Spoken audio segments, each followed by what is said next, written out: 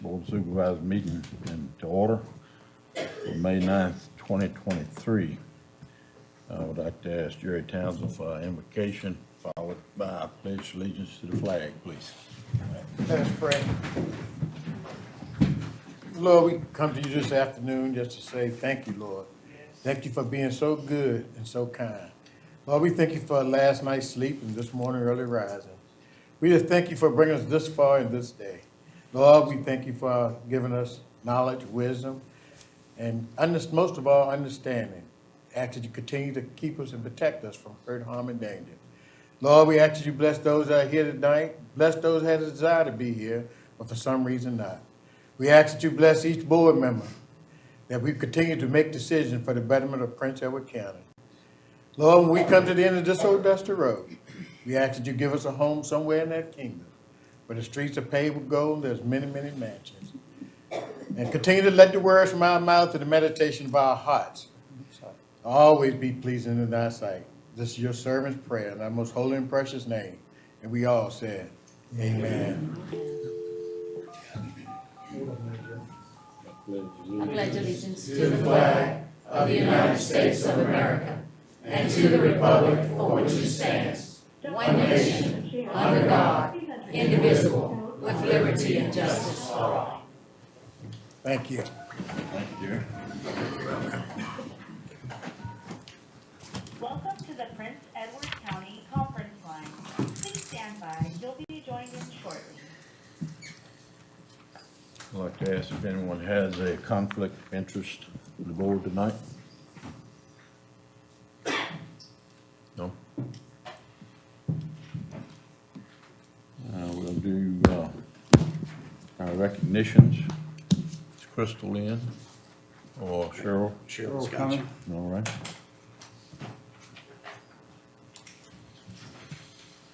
Good evening, board. Good evening. Good Good evening. evening.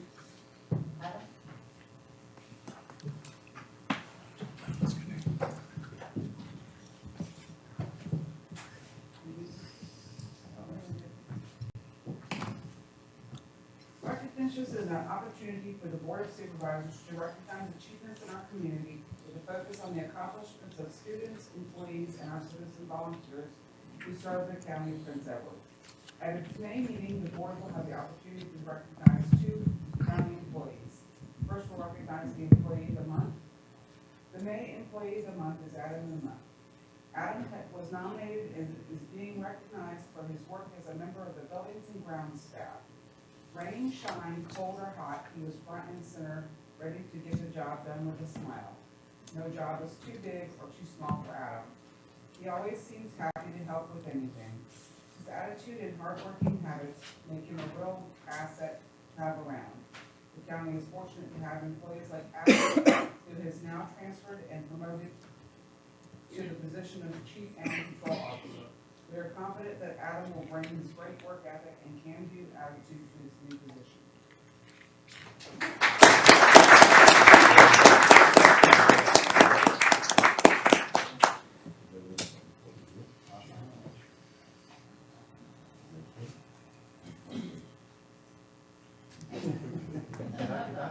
I guess we gotta stand. Oh, that's so. All these guys talk, right? They don't wanna see me.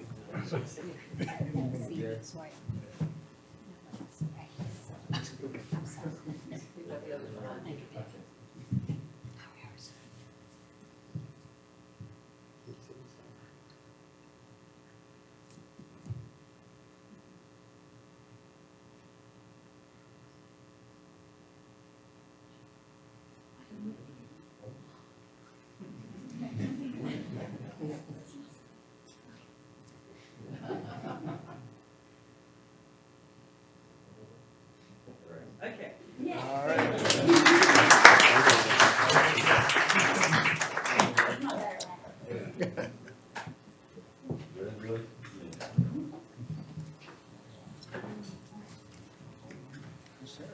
Sarah?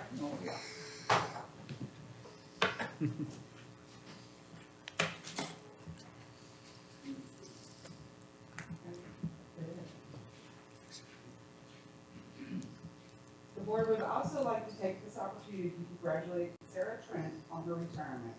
The dedication she has shown over the last 26 years to Prince Edward County is appreciated beyond measure. We wish Sarah all the best.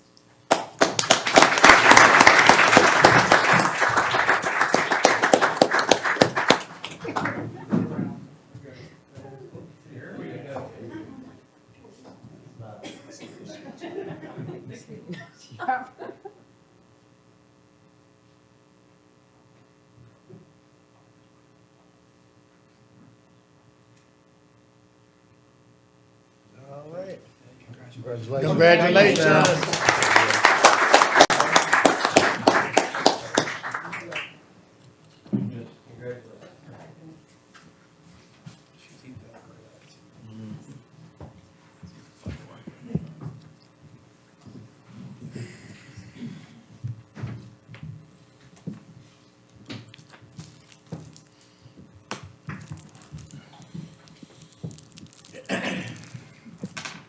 Next, County Administrator Doug Stanley has a letter he'd like to read, please. Mr. Chairman, members of the board, I know I want to provide an overview of the county's flag and flagpole requirements, as there have been a lot of comments and controversy in the community over the past couple of weeks, and I believe it would be helpful, particularly I think we have some speakers here tonight, but would help maybe dispel some myths and provide some clarification. Back on April 12 of 2022, the Board of Supervisors enacted an emergency ordinance and subsequently readopted that ordinance following a public hearing held at the board's May 17, 2022 joint meeting with the Planning Commission. The ordinance placed a maximum limit on the size of flags at 40 square feet or 5 by 8, and a maximum limit on the height of flagpoles in all districts to 20 feet. The board did allow an exemption in the A1, A2, C1, I1, and CR zoning districts upon the issuance of a special use permit for a taller pole, if warrants dictated. The board did exclude the option for taller flagpoles in all residential districts. It's important to note that localities in Virginia are required to treat flags uniformly, meaning that whenever whether a flag signifies the United States, Commonwealth of Virginia, or any other message including Black Lives Matter, Confederacy, the rainbow flag, POW, MIA, etc., we have to treat them all equally. The county can only regulate the height of the pole, the setbacks on the property, and the size of the flag, but not the content. To do so has been seen by the courts as a violation of constitutional rights. Since the adoption of the ordinance last year, the county has written 3 notices on flagpoles that were erected without a zoning permit. And I would note that all 3 owners have received a zoning permit to erect a pole up to 20 feet. One of those did have to be relocated due to not meeting the county setback requirements. To date, 3 written notices and 2 written advisory notices have been sent to landowners regarding the existing oversized flags. Of those 5 notices, 4 were for American flags. In summary, Prince Edward allows every property owner to display up to 3 flags of their choice with a maximum size of 40 square feet on 3 flagpoles, each with a maximum height of 20 feet. Requires a $10 zoning permit prior to installing the flagpole. In some districts, the pole may be taller with a special use permit, again, if the wardens dictate, but the flag is still limited to 40 square feet. Ultimately, it allows for a total of up to 120 square feet of free expression for each property. Having a size requirement for a flag, like other types of signage, is not new to zoning or the region. In Nottaway and Amelia, the limit is 50 square feet. In Buckingham, it's 64, and in Appomattox, it's 72 square feet. Most zoning violations in the county are reported by citizens or staff identifies them when they're out in the field, and we encourage citizens to contact the Planning and Community Development Office if they have questions. We've also got a fact sheet on flags that I'll ask staff. Sarah, Karen's got the stack. We can pass it up to the board, and anybody who else may wish a copy of that. But with that, Mr. Chairman, if you have any other questions before you go into public comment, I'm happy to answer them. Board members have any comments, questions? No. No. I have a question. On the ordinance, does the exception for the different zoning locations you listed that can apply for a higher flagpole.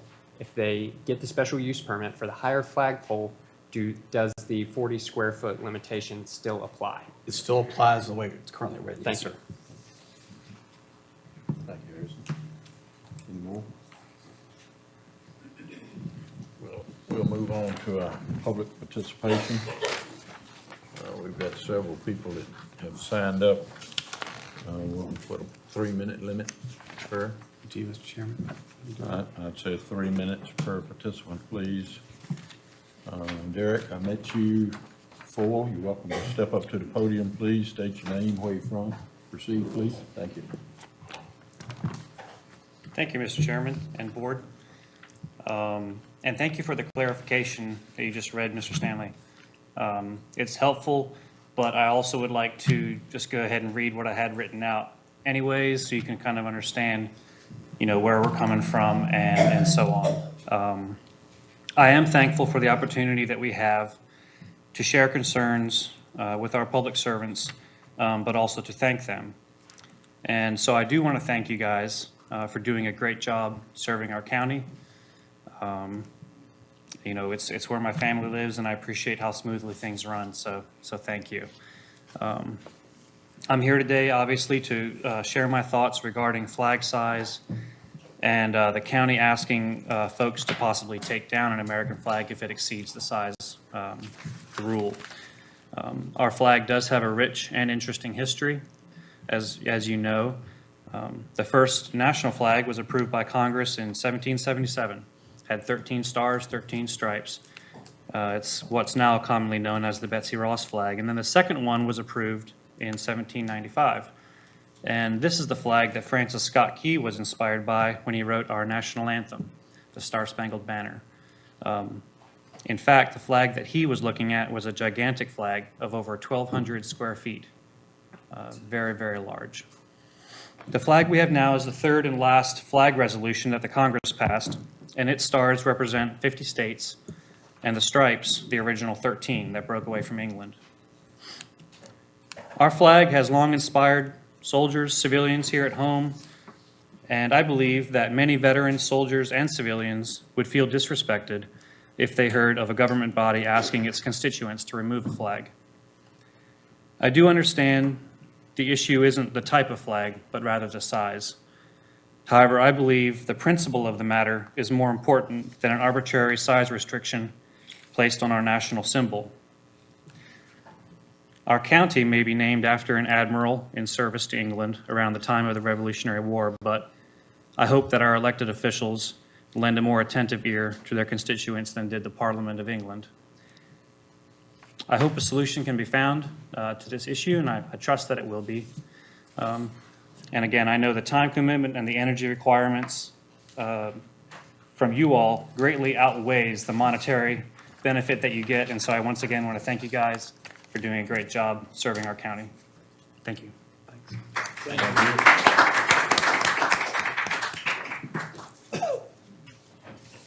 And next one sign up, LF, I can't pronounce your name, Peacock?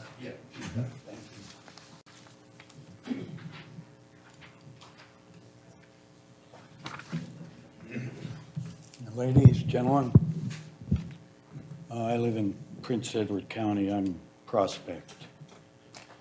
I don't understand this. I really don't. I see my flag I served with 36 years, lumped with Virginia flags, Confederate, Rainbow, POW, MIA, Black Lives Matter. I'm amazed it doesn't have a place of its own. I'm also surprised that this is an issue. Flag is too big. It wasn't too big when it protected all of you all. It wasn't too big when, during the Civil War, it was an umbrella that covered the great nation. And all of a sudden it's too big. Great nations start by taking away symbols. They denigrate them. They make them smaller. They say, well, this is just a piece of cloth, and restrict it by 5 feet by 8 feet. And pretty soon, well, you don't need to put it up, or you don't need to use it. Is that the road we're going on? Or maybe y'all just don't have enough to do. Pretty soon, when you go down certain roads, a lot of things don't matter. That's how great nations end up not being great nations. Pretty soon, things like conflict of interest, which you started on, all of a sudden they don't matter. Or maybe perjury, that all of a sudden won't matter. Or things like that. Where does this end? People have died for that flag. Maybe you're all forgetting this. Eventually, you won't have, if you continue down this road, to treat our flag like every other flag. Pretty soon, that's what you're going to end up. A nation like every other nation and not something special. I'm shocked. If y'all looking for projects, I can give you one, couple. You can start by cleaning up Oliver Road. You can start by Mr. Muma there. Get some more training money for Mr. Stanley. Help the police. Get some more courses. Bet you the sheriff would ask you that whole list for better equipment. Why are we spending our time worrying about the size of the United States flag? It's beneath us. It really is. Thank you.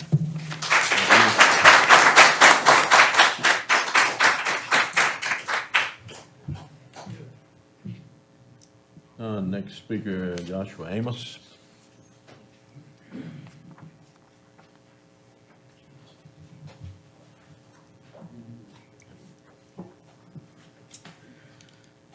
My name's Joshua Amos. I own 389 acres. Address is 5384 Mount Pleasant Road, Meharry, Virginia. I've had the flag there since June 22nd, 2019. Have nothing but compliments ever since I put it there. To date, I have the smallest flag I've ever had there. The first flag was 72 square feet. The current one's 60 square feet. I had to do my research on this. When I got this letter Friday, it was crazy. I was pretty mad about the letter, but I didn't let it get to me. And then my 14-year-old son, who was much smarter than I am, said, well, this is tyranny. He said, this is crazy. He said, you know, in 1942, they adopted the American flag as a symbol. He said, this letter says sign. It says flags and signs. He said, the American flag is a symbol. It should be exempt. I'm sitting there thinking, man, he don't know what he's talking about. So I Google it, and then everything he says is true. And he doesn't go to Prince Edward County schools, but that has nothing to do with it. It just blows my mind that my dad fought in Vietnam. My grandpa fought in World War II. My dad lives on the property now, and I haven't even spoken this to him because he would be irate. It'd be a slap in his face. So with my flag being there since 2019, and I'm getting letters now, I am upset because I spent $4,000 on a pole, which I did call the county and ask if I needed a permit to have the pole in 2019. There was no height restriction at the time. And I placed it distinctly under trees or lower than trees. So for people who hasn't seen it, so it could never be hit. So it never become an issue. And I just spent $410 on this flag, and now I'm telling them I have to be taken down. I'm not really okay with that. I would like for the American flag to be exempt from any size. I mean, that should be the way it should be. But I am a law-abiding citizen, and if y'all say I have to have that size, I will get that size. But I would like to wear the flag that's out there first, because I don't want to spend another 400 some bucks unless the county would like to pay for that flag, then okay. But I'm not just going to take a flag down when it's been there that time and nobody has said one word to me. I will not comply with taking this flag down until it's wore out. If I get fined, so be it. I don't want to hire lawyers. I don't want to go through all of that. I pay my personal property taxes, pay a whole lot of them. And I was so mad Friday, I was thinking about changing everything into a different county because I own land in a bunch of counties. But when my wife told me what that was gonna cost me, I said, that's a horrible idea too. So Prince Edward's got me right now. But I just feel like as a county, this flag is definitely the least of our problems. I'm not saying every flag should be exempt, but I definitely feel like the American flag should be. That's what our families went to war for, so. that's all I have to say. Thank you, Mr. Allen. Next, it looks like R.E.E. Williams. How you pronounce your first name, sir? He didn't hear you. Rex. Rex. First of all, I thank you for allowing me to be here. I know that you're public servants, and I thank you for serving Prince Edward County. First of all, I'd like to say that April 12th, 2022, the board adopted an emergency order. You mean the flag become an emergency? I don't understand that. Anybody would like to explain that? I mean, emergency is somebody getting killed or somebody getting shot, but you adopted emergency order. And to my knowledge, I only heard about it today. To my knowledge, I haven't researched it, but the Supreme Court doesn't recognize the size of an American flag. They have no limitations on it. It is tried in North Carolina and failed. There's a man had I think it's a 40 by 50 flag, and he won it because the Supreme Court, to my knowledge, doesn't recognize the size of a flag. To me, there should be no regulations, period. The only regulations that the Supreme Court recognized is the fact that it could cause traffic problems, a hazard to the safety of the people of where it's setting. Other than that, they have no regulations to my knowledge. I think you need to reconsider this, every one of you, because you serve the county. And there's no emergency about the flag whatsoever. Thank you.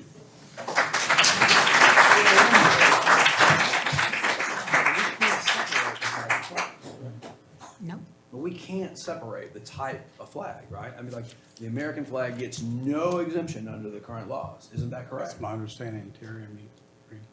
I mean, a lot of you all are coming up and acting like we can choose to change the American flag versus every other flag when we've been told we do not have that right.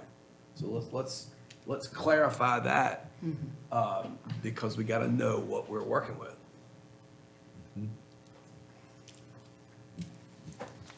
Next, Jessica Southall.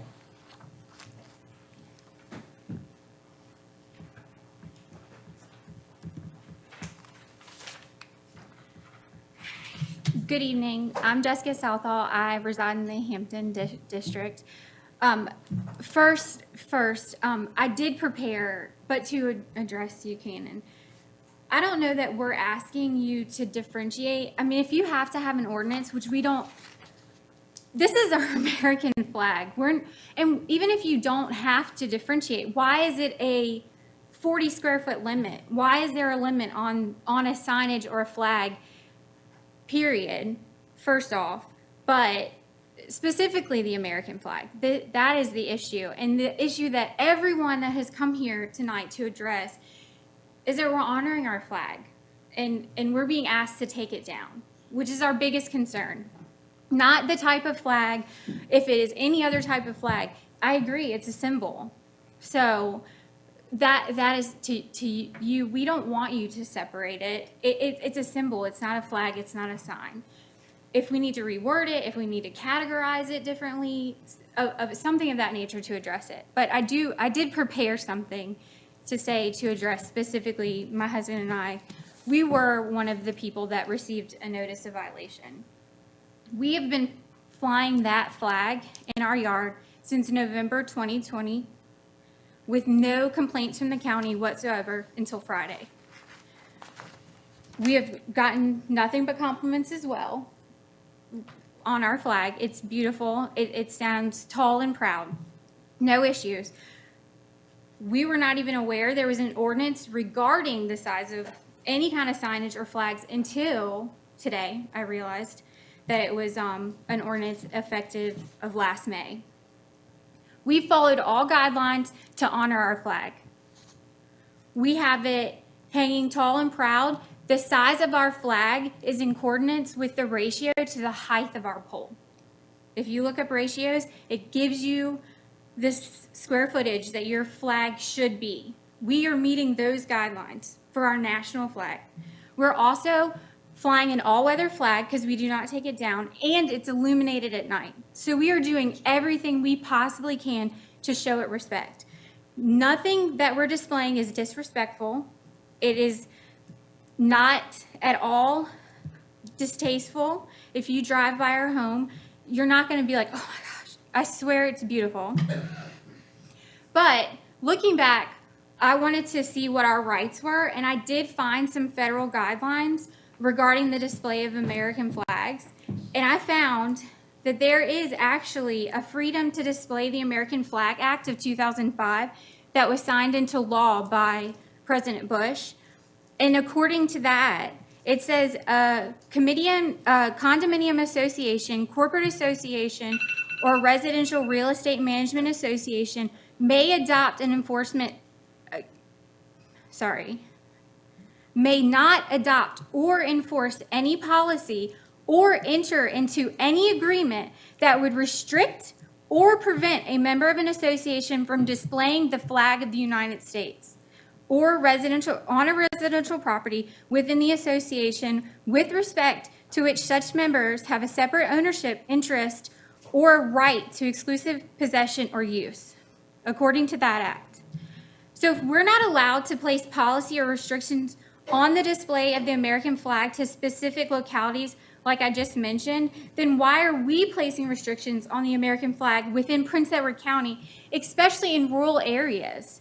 When I know for certain that there's flags in Farmville, Virginia, which is part of Prince Edward County, that are flying much larger flags than I am personally flying.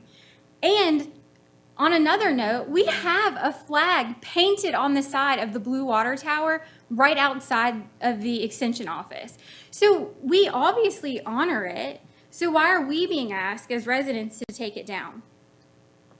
Because, I mean, frankly, as homeowners, we should have the right to fly our flag and really fly any size that we choose. So in closing, I propose an amendment be made to this ordinance to exclude restrictions on the flag of the United States.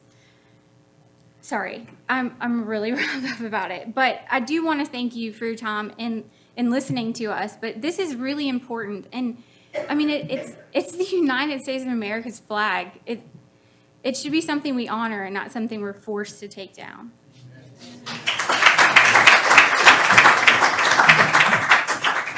Thank you, Ms. Southall.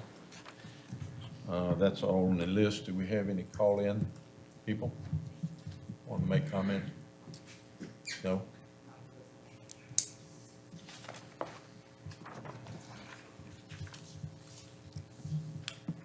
We'll move on then to the board members' comments. Can I say something? Yes, sir. I'd like to say that I've got 4 records that's got American flag on it, and I got more square foot on them than y'all have. Is that okay? And I'll be going in and out of your county. Doesn't count on the vehicle. Sir. Does not count on the vehicle. And another thing, Mr. Watson, I'd also say that I understand all flags fall under this, but I think primarily we targeted the American flag. Should ask these people to do. I'm just making sure we are all kind of know what's required of us and. Yes, sir, I understand that. Yeah. Thank you, sir. Mhm. Can I say one other thing? Yes, sir.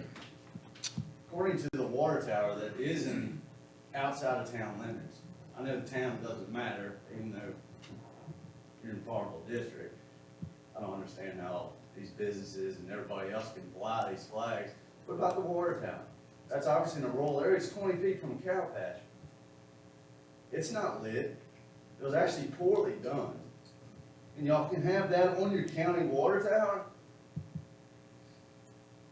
What's the answer to that? And that's over 40 square foot. Does a painting count as a flag? It's a signage, isn't it? That's Would. what you put in your paper. Town maintains the water tank, but, certainly when it comes time to repaint the water tank, that's something we'll probably consider. I'd say I think you should consider that before you pass the minutes to move theirs. Talking out both sides of your mouth. The ladies, let her go first. Yes, ma'am. I signed up on the comment list. It's Cindy Coker on the comment list. I don't have it. Maybe still out there. Maybe no out there. Maybe still out. Yes, ma'am. You, Spend so much money on something like this, 80 to 90,000, and here it is, another full section discussing this. What is it really all about? That's all I ask. Just curious. Yeah, I believe Mrs. Coker signed up on a public hearing list. oh. Yes, ma'am. Go right ahead. I've got you on a different list, but you go right ahead.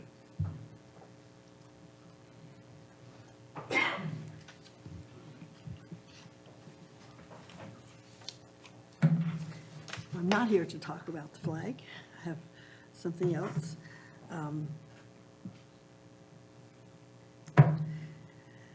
My name is Cindy Cother, and I'm in the Lockett District. Mr. Jenkins is my supervisor. I want to speak about transparency and communication. If you live in Cumberland County or Buckingham County or Appomattox County, and you want to communicate with your supervisor, you can go to the online page, and you can do that in Prince Edward too. But unlike those other counties, when you go to the Prince Edward page, you do not find an email address for your supervisors. Instead, what you find is a scary statement about the Freedom of Information Act. Can't find it right now, but it's like a warning against contacting your supervisor.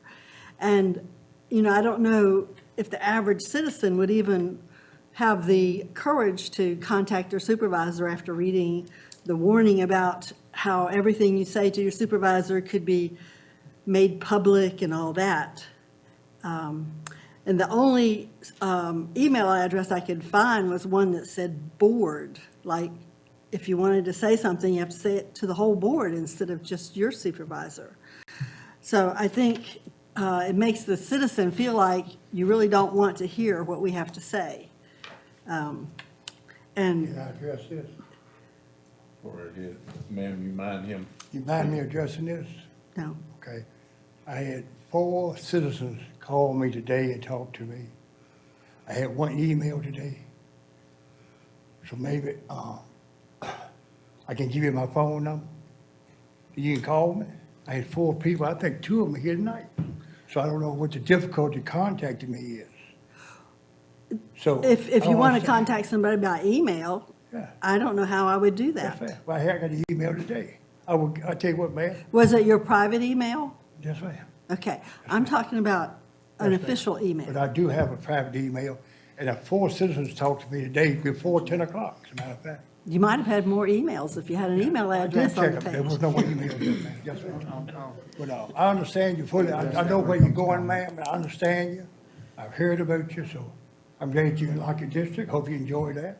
Okay, it And I will just, continue to be your supervisor. I think you could be more Thank you. welcoming to citizen comment by giving us a way to contact you by email. Excuse for a minute, sir. Go right ahead. I'm gonna be excused for a minute. Yes, Okay? Thank Um, you, sir. I'll be back in a little bit. sure. Good to see you, ma'am. Yes. The other issue I had is, I understand these meetings are on video somewhere. I couldn't find a link on your supervisor's page, so, There is, and there's a link on YouTube. We actually have a county board YouTube page where you can go and look at all previous meetings as well. so what could it hurt to put a link on your Board of Supervisors page to how to get to that?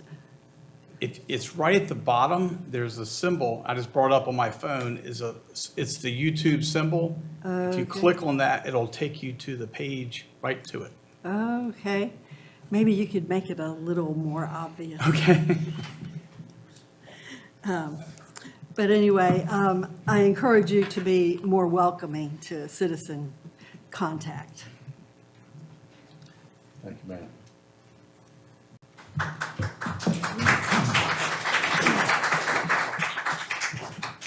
Mr. Chairman, I'd like to address a couple of issues right here, I guess, at this point. You won't find my email address on anything because I don't have one. Anybody that knows me, I still have a flip phone. I'm old school, but everybody has my phone number because it's on the website. And if not, it's 315-3259. You can write that down, you can call me, you can ask anybody in here. I answer 24 hours a day unless I'm in church. It's even been known to go off when I was carrying the dead people. So I can tell you right now, I answer the phone. We as servants are not required, and I understand exactly where you're coming from, Cindy, but we as servants are not required to be up to date on technology. But you can get up with us one way or another. If you need to get up with one of them and can't, call me and I'll get up with them for you. But just so, I deal with this every place that I am. I've been on the Board of Supervisors for a good while. I've been on Farm Bureau for 29 years, and they have tried to force me to go to emails, and they've tried to force me to go to everything else. And if you don't send it to me snail mail, I don't get it. If you don't call me, then I don't talk to you, or if you don't see me. So just so that we know that our phone numbers and everything are out there, and we have cards, and be glad to give them out. Doug's got some with each one of us. Please contact us. I appreciate your comments, Cindy, and that we want to be welcoming and we want to be available. So if there's a problem, please do contact us. That's something I just want to put out there for you. Mr. Chairman, if I can add along, we do have a board site that's maintained by our deputy clerk, Karen, over there. And if somebody, say, emails Mr. Emmert to the county site, we make sure to give him a call and make sure he gets word on that. And Because I don't usually it's a get couple the times a day, but yeah. In regards to that, myself, I have a general email at my business. And depending on the time of the year, I may get one email, I may get 50. My cell phone stays on 24 hours a day. You can leave a message, I will call you back. I have fielded over 300 calls a day. It takes a lot of time. You may not get me, but I will call you back. And David, you didn't call me back the other day. No, there was a reason why. All right, anyone else have something to say pertaining to this? Harrison? I want to get back to the flag issue. First of all, I want to thank you all for being here. Obviously, you're passionate, as you should be. I thank you for coming and making your voices heard. I've been at several of these meetings now, and this is definitely the most well-attended meeting. So thank you for your time and being here in support of us. Ms. Southall, I'm familiar with Bush's legislation a little bit. It only applies to HOAs, but I appreciate the sentiment behind it. I think, the folks up here are saying that we cannot single out the American flag to give it special treatment. And I think that the folks out there are saying that we want to be able to treat the American flag separately. And I appreciate that sentiment. But if we think about it from a historical perspective, when we look at other countries, I think, as a concerned citizen myself, we want to be careful about how about a state-sponsored special treatment for a government's flag. If you think about it from a different perspective, that's dangerous. Now, I agree, and I hoped that I would never see the day when our citizens would face fines for being too patriotic or having an American flag that's too big. There have been 5 notices sent out by the county notifying citizens that they were out of compliance, and 80% dealt with American flags. I say we have zoning guidelines that gives guidance to maximum structure heights, which includes flagpoles. So this additional limitation of flag size is excessive. Let the flagpole determine the size of the flag. And so right now, I think, fellow board members, we vote on if American citizens can fly an American flag on their private property as they see fit. So, Mr. Chairman, I'd like to make a motion. I move that we amend County Ordinance Section 3-104.1B, repealing the line which reads, "The maximum area for a flag is 40 square feet," deleting said line as an emergency ordinance pursuant to Code of Virginia, Section 15.2-1427. We have any discussion on the motion?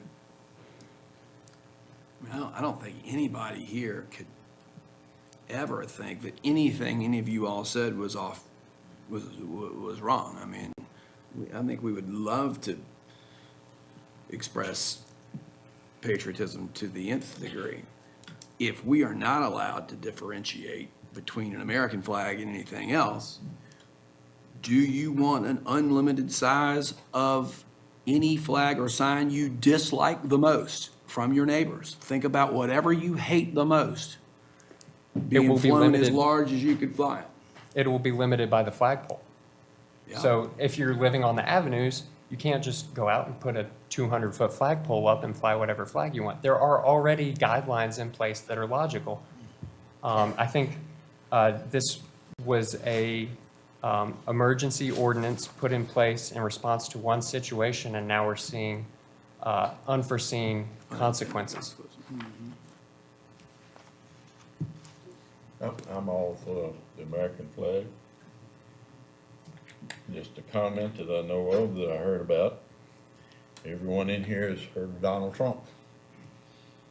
The residents in Florida several years ago, where he lived, like the Greens or a community, had a limitation on the height of the flagpole. He went to court, he lost. Next day, took his flagpole down. Next day, the contractors come in with loads and loads and loads of dirt, built him a mound, put his flagpole back up. Height of the flagpole was from the ground to the top. No more problem. Everything we touch on, there's pros and cons, no matter where we look today. And I, speaking for myself, we try to be fair for everyone. We don't want anybody encroaching on somebody else and that creating a problem. It happens all the time. And I understand your motion, but I'm not sure that we need to study that motion and make sure we're doing exactly right. Sarah, you may can reiterate here, or Terry. We don't want to have a motion and vote on something, and oh my goodness, here a month later, something else is wrong. If so, before we do anything, I'd like to make a secondary motion that we table that for 1 month. Harrison, if you would entertain that, so that we can find out what the ratios are and vice versa. If that would work, and if not, then your motion stands, but I'd like to make I'm just asking if you. So. Wait just a minute, ma'am, this is, if I would be willing to consider that if we cannot penalize, if we can extend the dates that the county has spoken of in these letters of violation. You know, the folks have been given 30 days. I understand where you're coming from. So I don't know how we would need to word that if we wanted to make that happen. So that's actually enforcement, it's not a board decision. I mean, obviously, staff can work, but we also have another non-American flag that will become an issue. We've got to treat them all equally. I understand. But this is, Wait just a minute, people. This is the United States of America. Their land, let them have what they want. You do understand about there was an emergency order and then there was a public hearing. Both the planning commission and the board had a public hearing before this was changed. You understand that, right? I do understand that they went through the process, and the emergency ordinance is something that allows it to take effect immediately. And so that would give those who are told to be out of compliance. Yeah, I think from a staff perspective, 30 days is, the table is not going to be an issue for staff to address that. And we've actually got to go through the planning commission and Not for the Not the emergency Not the ordinance. emergency, not That's the something emergency that order. we can fix tonight. Mr. Love? Additional information that might be relevant. yes, please. The only thing I do want to add, to make y'all aware that I haven't briefed you on, we do have a flag appeal that's currently going to the BZA. That has been a filed application. So just want to put that out there for you all. One of the 5 sites, it's not an American flag, currently has a live appeal. That's. So I think the apprehension of the board is that, yes, we'd all love to see American flags, but some are concerned that that freedom will be taken advantage of. But I think that we live in a country where the freedom belongs in the hands of the people.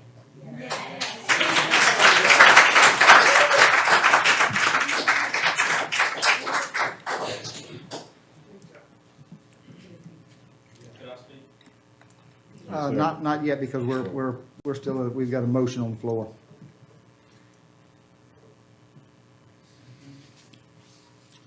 I can reread the motion. Reread it if you would, Harrison. I move that we amend County Ordinance Section 3-104.1B, repealing the line which reads, "The maximum area for a flag is 40 square feet," deleting said line as an emergency ordinance pursuant to Code of Virginia, Section 15.2-1427.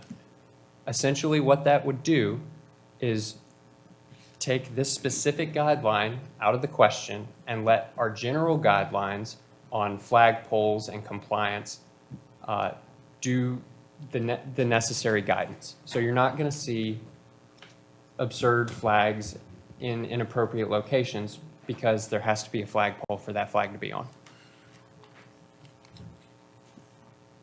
So you're asking for an emergency ordinance at this particular time for this issue? Yes, sir.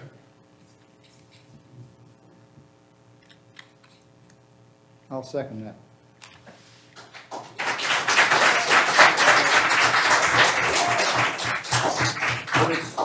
But with that, still, go ahead. Mr. Chairman, I think I know that it does not appear to be, but this should be going into closed session. We do have pending litigation.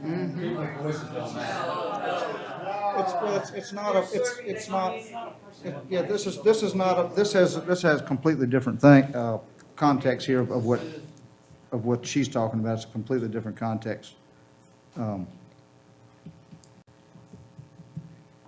It's up to the board as far as what this motion is. So, I mean, it's up to the rest of the board. There's been a motion, but if it fails, I mean, that's the way it is, but that's so. Well, and the reason I made the comment, we're gonna stay with a 20-foot pole. Okay? What is the young lady that researched the Ratio, size that's of what a I flag? What So flag fits on a our 20-foot pole? Is a 40-foot pole, because we live in District Nope, A. I know, that's all right, but what flag, do you recall what fits a 20-foot pole, what size it needs to be? You know what the ratio is? No, by I any can chance? Google it really quick. Please. It comes right up. Please. For a 20-foot, it's 5 by 8. Ours is an 8 by 12, which is the maximum, which is in the 40-foot, 8 by 12 ordinance is to 96. grandfather in the agricultural area. The maximum is a 40-foot, and the maximum size for a 40-foot is 8 by 12.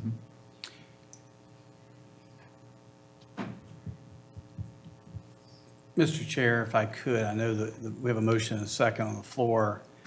One possible, another scenario, if the board is inclined, we allow, for those situations where the board were to approve a special use permit to go above 20, if you had a taller pole and wanted to get into the aspect, we allow 120 square feet with 3 flags. You could say, allow them to go up to 60, but still cap it at 120 square feet. But their case, it's one to consider. As an alternative. I guess it still would possibly meet some intent. But again, there has to be a desire by the board to go down that road. If you want, I can share the flagpole height ratio. Please. So for 20, it's a 3 by 5. For 25 foot, it's a 4 by 8. 30 foot, 5 by 8. 35, 8 by 10. And then 40 is an 8 by 12. So the highest that you can have in Prince Edward is 40. So the maximum size flag would have been an 8 by 12. Unless it was grandfathered in, which there are some flagpoles that were grandfathered in the agricultural zone area. How big was yours? Well, ours is 8 by 12, which is the height for Yeah. the appropriate ratio for. So, Ms. Southall, was yours grandfathered in? It was, and so that's why we were surprised when we got a Left. notice this past week, because it's been up since 2020. Let me see, Amos, you at Meadows Place, right? That's the flag out there by the pond? Yes, sir. It's been up since June 22nd, 2019. And it's on a 50-foot pole. So what would be the And ratio it's, for and that? yours is not grandfathered in? No, his is as well. Okay, okay. You said it is? Yes, It's grandfather? yes, sir. It's grandfathered in, but you got a letter. Yes, sir. Did you replace the flag this spring? Yes, sir, with a smaller flag. So I think to his point, technically the flagpole is grandfathered in, but putting up a new flag would technically make it not grandfathered in this case. Yeah, you can. Let me make a subsequent motion. Yes, sir. Make a subsequent motion that we table it, leave everything like you got it for 30 days and come back next, reconvene and talk about the ratios of different flags. Right now, no change as far as you guys that's affecting you. But I'm telling you, because all these numbers, ratios, I realize what you're saying, you're passionate about it, and I want to be supportive of you. But I think we all, this threw us for a loop, threw me for a loop. I think we need to sit back, come back, reconvene, talk about it, and let's decide which way we need to go. That's my subsequent motion. Table it for 30 days. Well, what's that going to do to the people who have 20 days to comply? They don't comply. They don't comply. You stay back until the next. Staff will stand down. Stand down till we come back and something gonna happen, okay? So can we get a second on that motion? Second. All right. The first one. The second one is gonna take precedence, right? Yes. Wait a minute. That's Robert's Rules of Order. Subsequent motion, take the precedence. But with a motion and a second, you have to take a vote first and then the subsequent, Terry. Will he take your substitute motion? That's the question. Will Would he you accept take your the substitute would you accept the substitute motion? No. Okay. So I make the subsequent motion. Then they'd have to vote on the first one and then you can make a motion. Is that correct? Vote on the substitute motion. Right. Vote on the substitute motion first. So we're Correct. voting Yeah. on Jerry's right now. You would Yeah. vote on Jerry's as to whether that's correct. Thought that was right. I had to get my lawyer. All right, Luke. Oh, Do the substitute motion first. okay. Motion and second. Let me make sure I understand this clearly. So Jerry's is the substitute motion. Right. So Correct. we're voting on that one first. Right. Correct. Okay. In layman's terms, you're gonna vote as to whether we table this issue for 30 days. That's it. And And everything else, all your letters stand down. You don't affect, don't take any action. No action will be taken until we reconvene next month. Then we'll have time to discuss it in detail. I think that's the right thing to do, and I hear you, and I hear you loud and clear. Makes sense to me. I don't think anybody can argue with what Yeah, anybody said. yeah, I think you're very passionate about it. I don't think the question will change in a month, and the ratios won't No. change, and the ratios really don't matter. Right. It's about the size of the flagpole.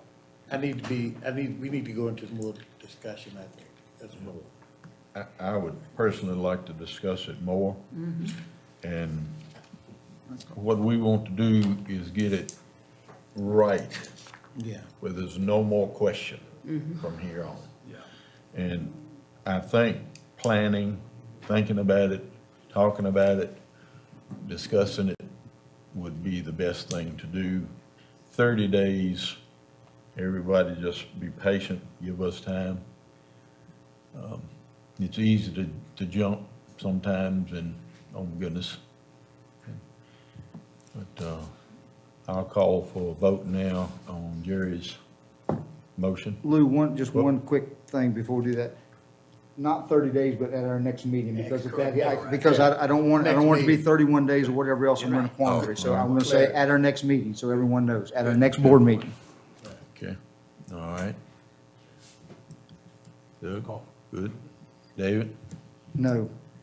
Jerry, Yes. Cannon, Yes. Bill. Yes. That's right. Yes. Kenny, Yes. Harrison, No. my vote. I'd like to discuss it. Yes. Yep. Okay.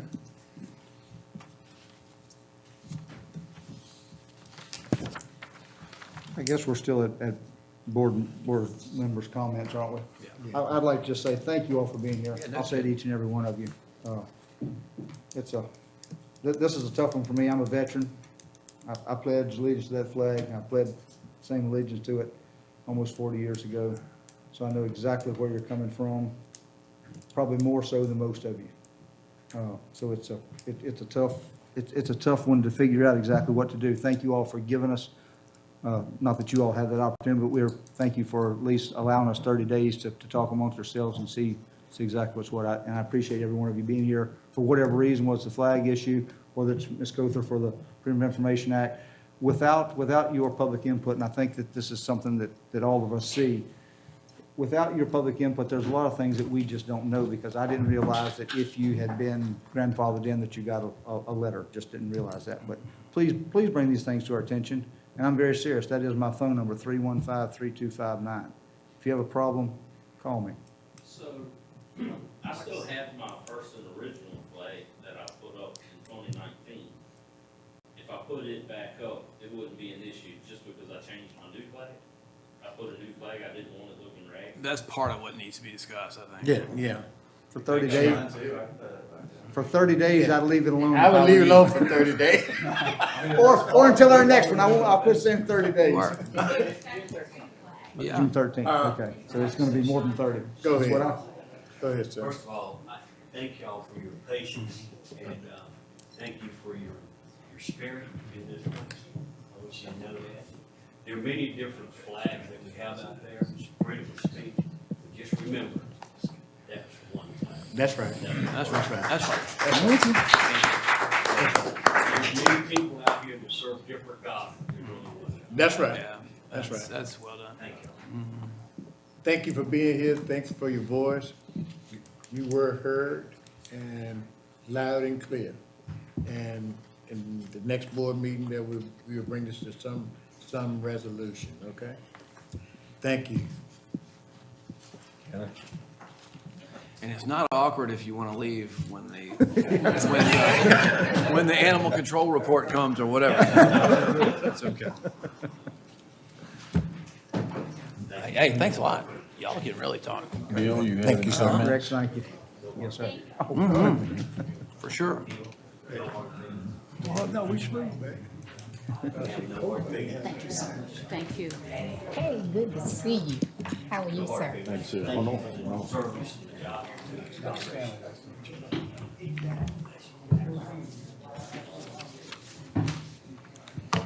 We'll finish up with our supervisor's comments. Bill, do you have any comments for the audience? That's Pride, comments? Well, good evening to everybody, and thanks everybody for coming.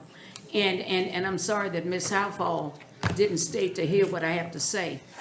I think by the fact that we want to discuss, we could have just said, no, this is the way it's gonna be or whatever. But the fact that we want to discuss, listen to how you talked about this in a passionate manner is very, very important. Again, I thank you for coming.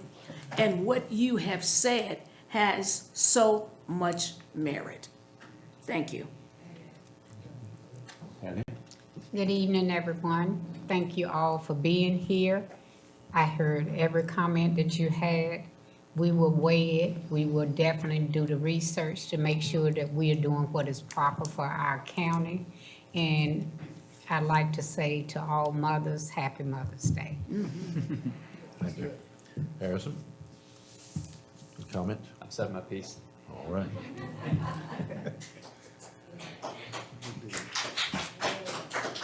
And happy Mother's Day.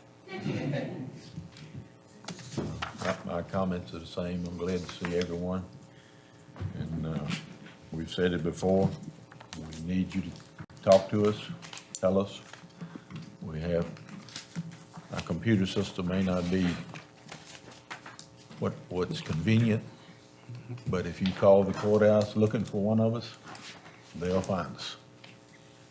And again, I'm happy to talk to anybody and discuss anything that comes along. And I hope y'all will come back, join in with us again, and we will look after the business of the county to the best of our ability. Thank you. We're going to move down now to community partner updates. Hampton City College, please.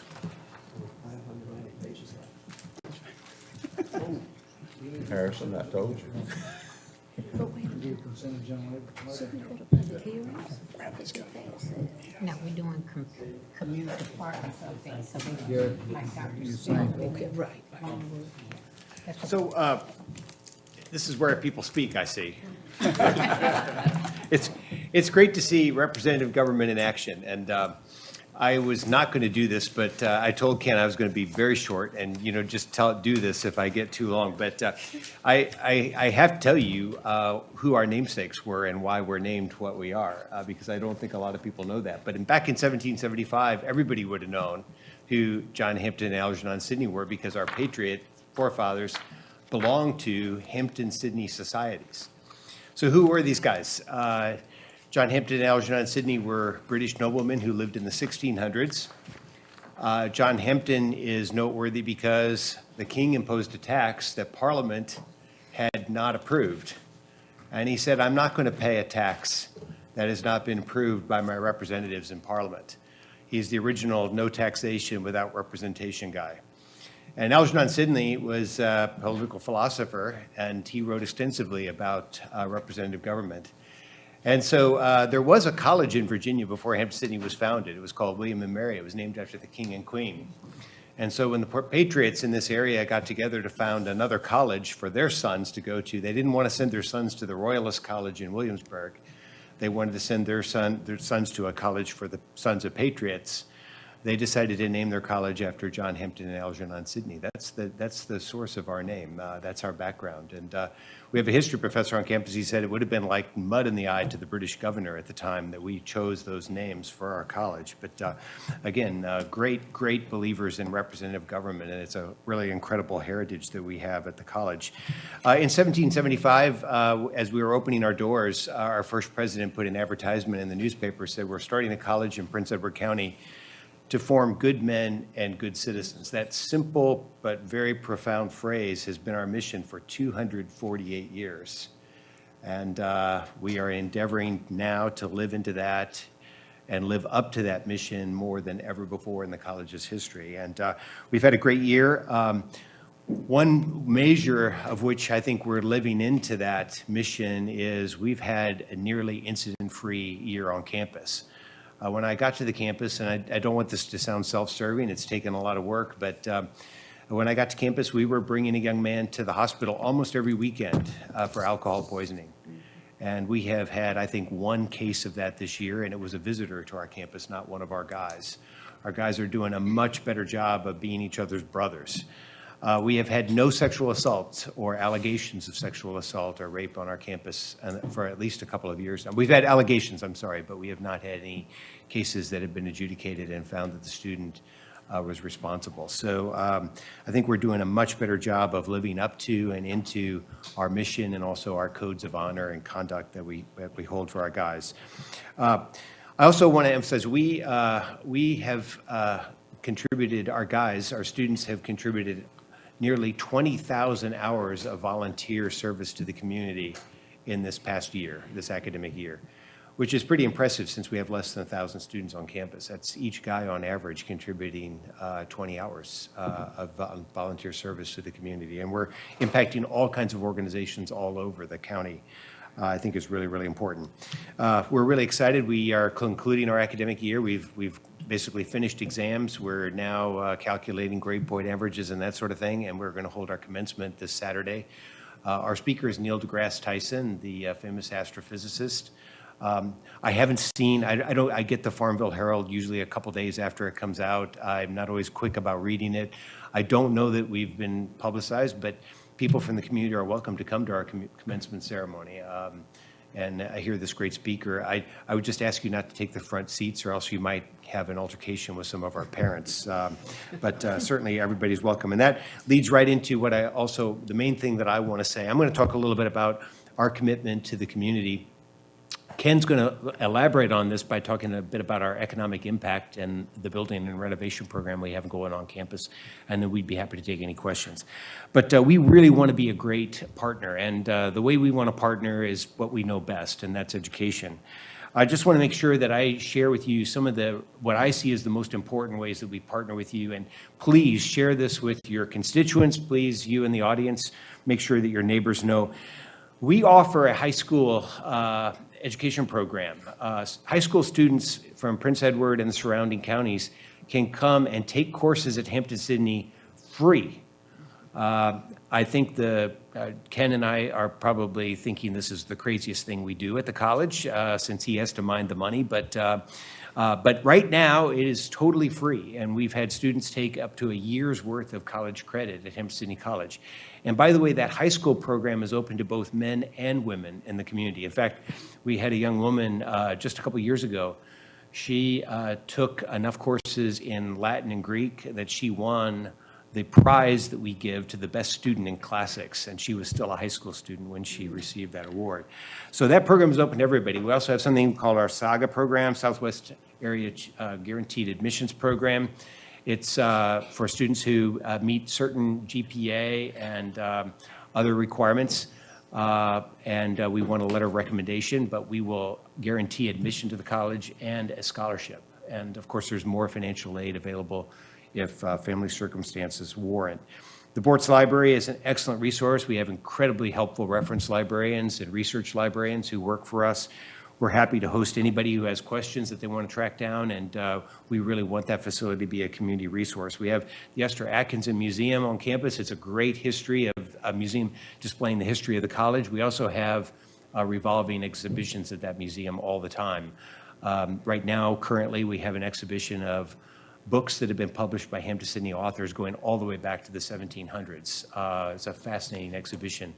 We're going to next host, in conjunction with our reunion weekend in June, an exhibition of a member of our class of 1973, his photographs of the campus and other photographic work he's done. It's always open and it's free, and just like everything else on our campus is free. Lectures, programs, concerts, art exhibitions, everything is going on, and it's always open to the community. We welcome you to come to that. Sports events, also, unless if it's tournament play for our conference or if it's an NCAA championship, which we hope to be hosting a lot more of those kinds of events on campus in coming years. Otherwise, everything that we do athletically is free as well for anybody in the campus, in the area. We don't own the Manor Golf Course, but we have a big interest in the Manor Golf Course. We hope that you patronize it and take advantage of it. We have community memberships that we'll sell in our recreation center for people who want to come and take part in that. We have, I'm told, one of the best disc golf courses in the area. It's an 18-hole disc golf course. People say they come from all over to do it. I've never done it myself, but it's certainly very, very popular. We had some students over for dinner last night. They had played 18 holes earlier in the day, and they were hoping that they could escape from the president's home in time to go play 18 more holes that night. We are going to start, since COVID, we have restarted our summer sports camps, and those are available to members in the community as well. The Wilson Trail, I think the Wilson Trail and the High Bridge Trail are the two nicest hiking trails in the community, and if you get tired of flat, come do the Wilson Trail sometime on campus. It's a beautiful trail. It's beautiful all 4 seasons. It's a 3.5 mile loop. Beautiful trail all 4 seasons. If you are interested, you can come out to our dining hall during the academic year. We have an all-you-can-eat brunch for a very reasonable price on Sundays and Saturdays. And if you want a sports bar experience, the Tiger Inn on our campus in the Brown Student Center is the place to go. Ken's going to now talk a bit about like I said, the economic impact, and we'll be happy to answer any questions that you have after this. Mr. Chairman, members of the board, once again, thank you for the invitation. If you come onto the Wilson Trail, there is a humongous black bear on campus. Be careful. He's big. Several things to point out to speak to the economic impact of Hampton-Sydney. We have just over 300 full-time employees. About a third of that, a little less than a third of that, are our faculty members, and the rest are staff. Just about every member of the staff lives within Prince Edward or within one of the surrounding counties. About 70% of our faculty live in that same geographic region. Our payroll is just north of $20 million a year, and so most of the impact of that payroll, it gets reinvested here in this community. So we certainly are proud of that, and we encourage staff and faculty to do everything in their power to try to find house room, to find residents here in this part of the world. We've got a lot of construction and renovation going on right now. I want to pay a special thanks to Philip Moore, the county's building inspector, and to Robert back here for all the work that they have helped us with our soil and erosion sediment control permits, all of the inspections that were done for the Pauley Science Center that we opened up last fall, for the Grove Apartments that we opened up right after the pandemic. Well, actually, when we brought students back after the pandemic, when we first opened those. We have, and the county IDA, I want to say a special thanks to the county's IDA as well. They've been the conduit financier for the Grove Apartments and for the renovations that we have going on right now on campus. We're renovating 3 sets of apartments or residence halls on campus. The Alphabet dorms, which are right across the street from the football stadium.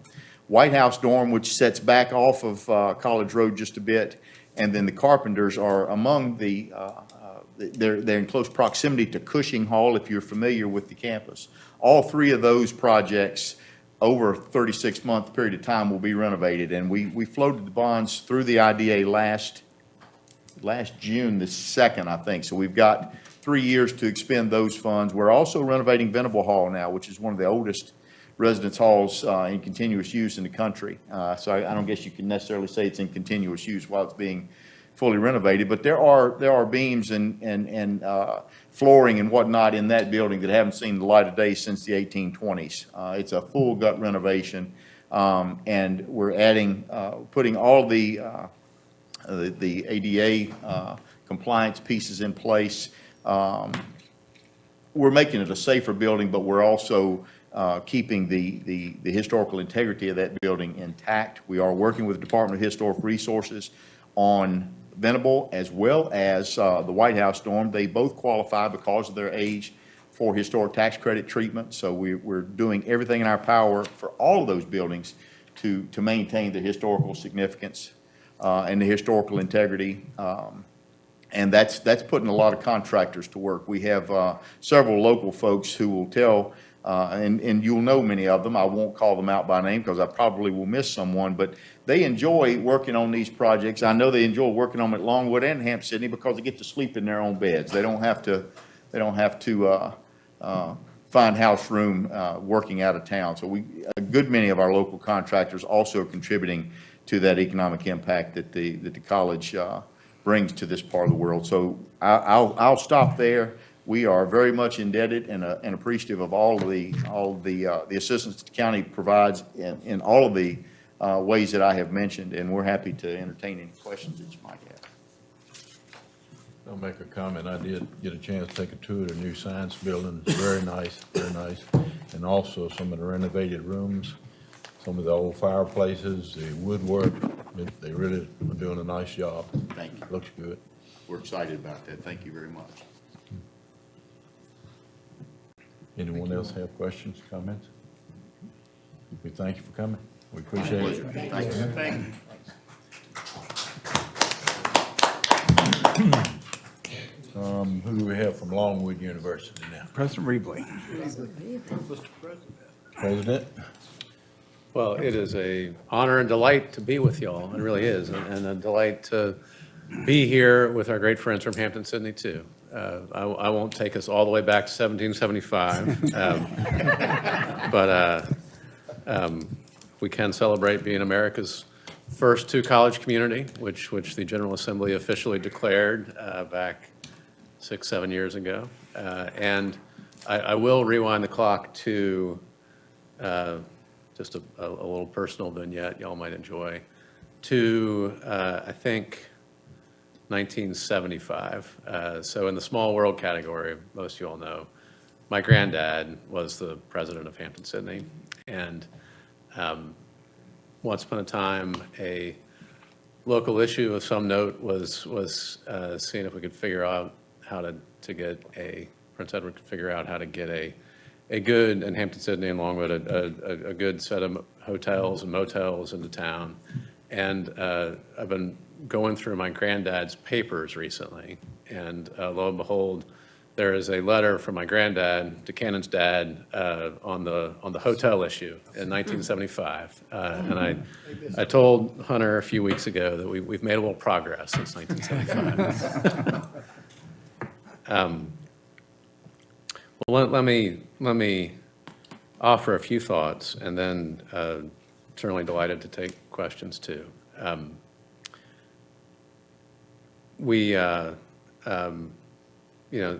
factoids. I didn't have this right in my mind, but when Ken was regaling you all with a few factoids, just a few points of reference. We're a little bit bigger than Hampton Sydney these days, and so just shy of 1,000 full-time employees, part-time employees, contractors, any given month, any given day, and about 4,500 students. Payroll, won't get this precise, but on the order of about 70 million. And again, like Ken said about Hampton Sydney, that's doing good right here in the community, and that's something that we're very proud of. A issue that, a little bit in that vein, that you all may from time to time be reading about or hearing about or thinking about is just, especially on the other side of COVID, what college enrollments are like and how things are going for higher education altogether. And I'd say Hampton Sydney and Longwood both have been relatively lucky through these strange years for the whole country, and both of us, Hampton Sydney and Longwood, we've been able to be pretty stable from an enrollment standpoint. In our case, which I obviously know chapter and verse on a lot better, the mix of our students has changed a little bit. So we've got meaningfully more graduate students than we did 5 years ago, and somewhat fewer undergraduate students. But the thing we've been really pleased with is that our undergraduate enrollment has really started to move in a good direction and is strong, and We are looking forward to welcoming to town and the county next fall, probably our strongest freshman class in 4 or 5 years, and that's a good thing.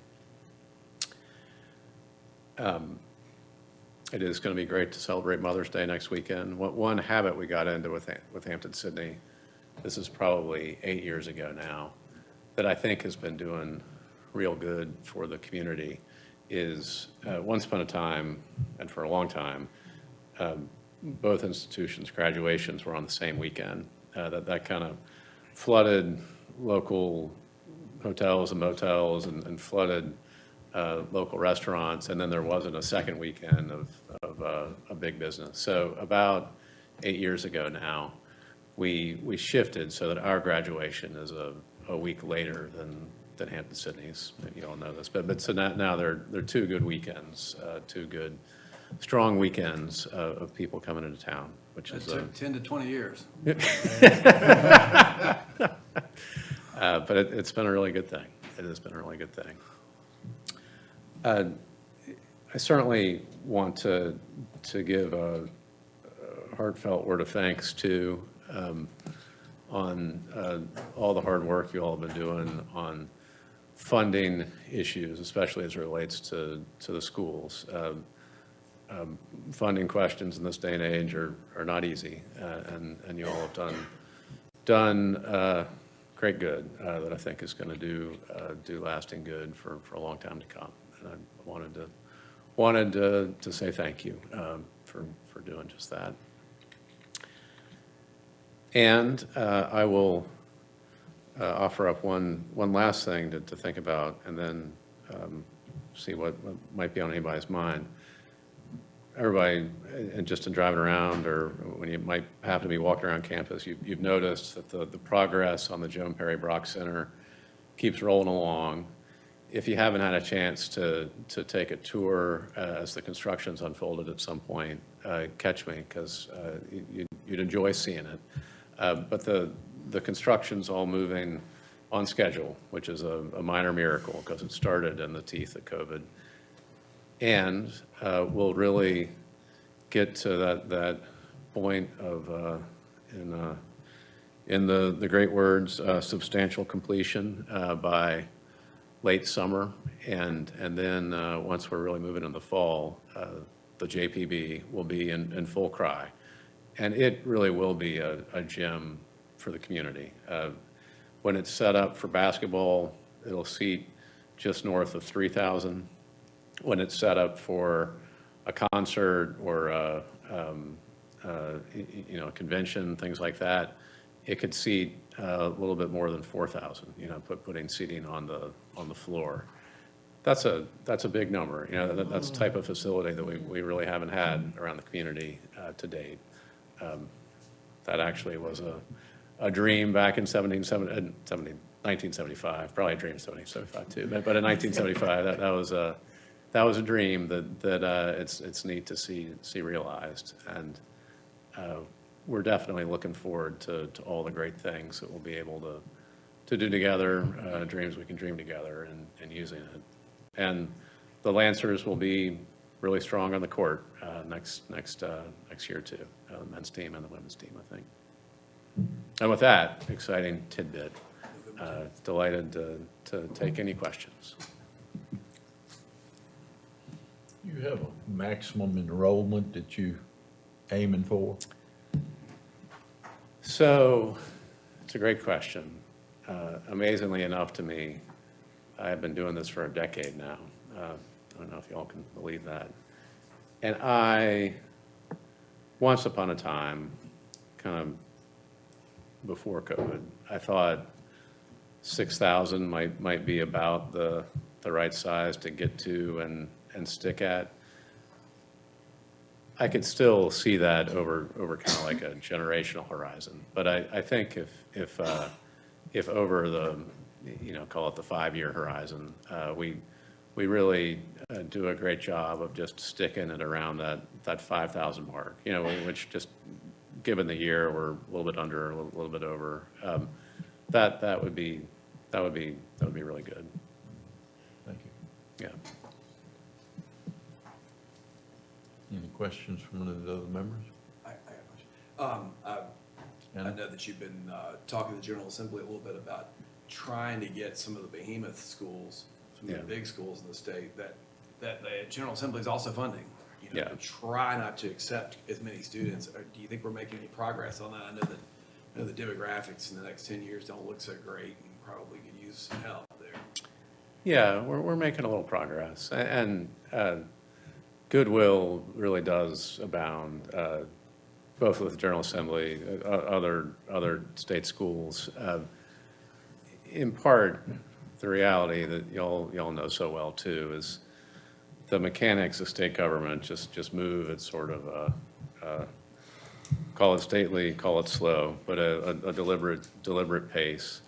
And 10 years ago, not everybody was reading all of their demography studies into the far future, and it really looked like the boom that had been going on in the population in Virginia especially was just gonna continue. And so the state sort of geared all of its policy and to some extent its funding models to entice places to get bigger and bigger and bigger. And so that's starting to, people are waking up to the fact that's had some unintended consequences. And I think there really is an appreciation of that in Richmond and in the General Assembly now, and that there's not going to be, you know, just kind of a huge growth at places to the detriment of others, which is good.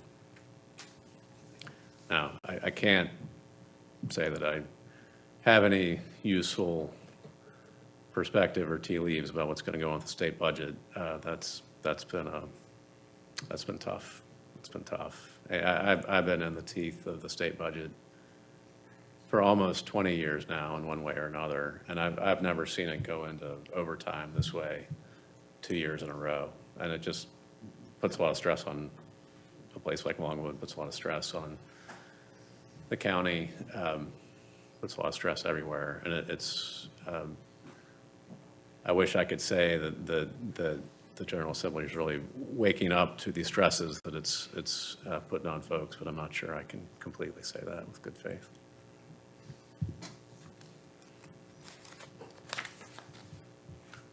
Well, thank you all. Thank you. Thank you all. Thank you. Yeah. Appreciate it. Next, Town Formal, Dr. Scott Davis, please.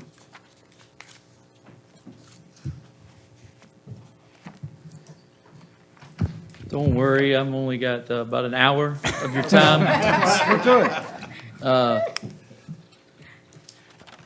And Mr. Stanley, you will not be put on our agenda any longer before public comment. How's that?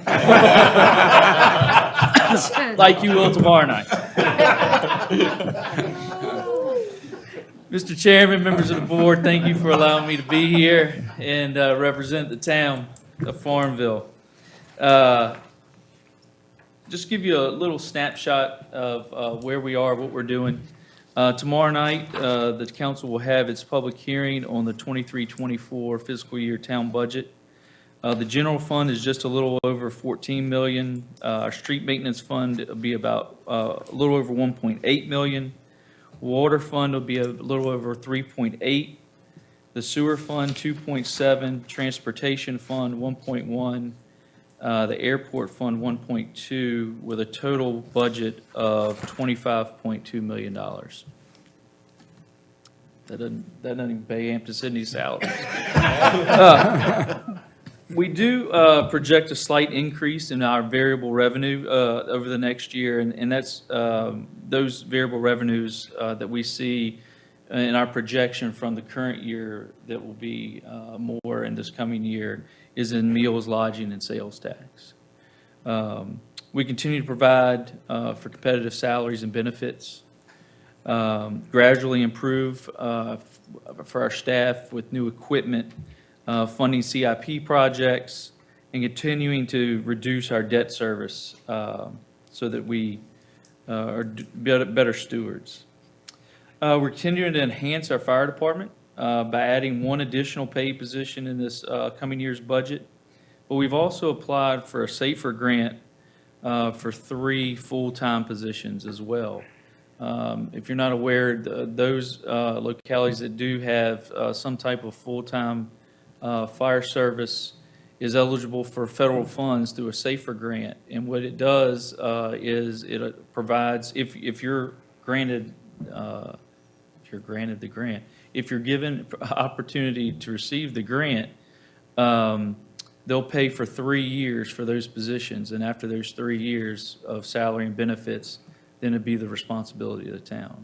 And so we should hear between June and September if we're able to receive that grant funding, which would be a significant bonus for us to move that department in as a combination fire department of paid and volunteers of service with having those 3 years of additional staff at really no cost until that 4th year.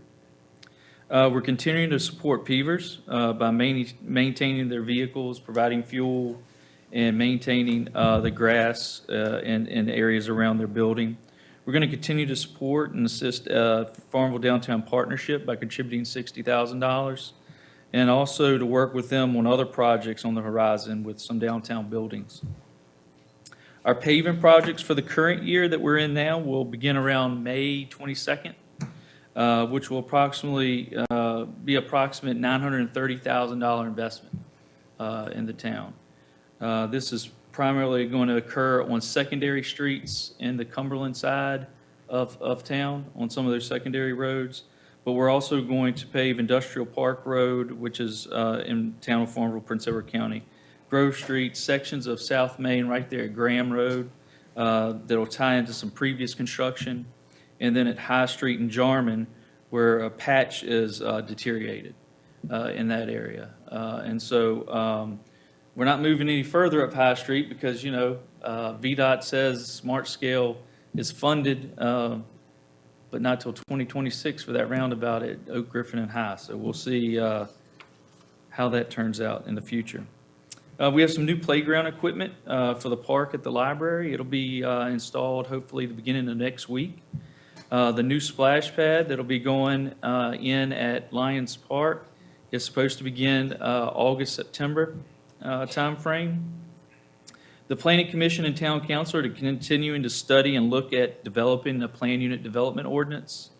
We believe this could assist in offering diverse styles of housing, affordable housing, and hope to draw economic development from a standpoint of shopping and restaurant opportunities.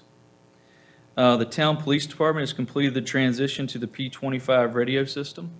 However, we are in conversation with the county administrator and I, and looking at discussing moving towards a trunking system. The study's been done by the county that we're working with them. And hopefully, one day in the future, we can have conversations about how do we have a combined emergency communications center for Farmville and Prince Edward County. We had our town spring cleanup yesterday, unknown on total amount of what the tonnage was that was collected. And we moved that this year. It's always been in April, the spring cleanup.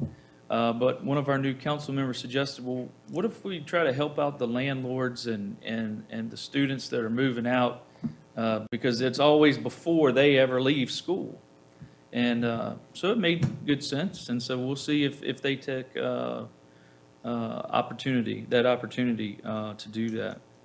We're also currently working with ABM for an assessment on our water meters. We're looking at going, if it's cost effective for us to go to, right now our water meter readers have to manually go and visually read each meter.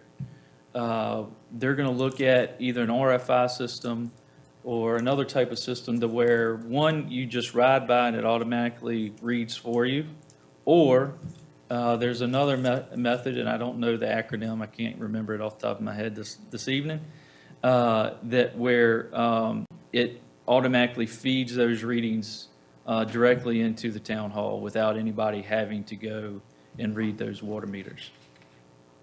And we're also looking at how to reduce our costs through energy savings on town-owned buildings. So they're doing a study as far as lighting and other areas. We're going to begin working with Hurt and Profit on an asset management plan for our water and sewer infrastructure to get hopefully a better idea of the age of all of those pipes, exactly what areas of town that they are in, and start a plan of how we can go about in replacing them in an orderly fashion.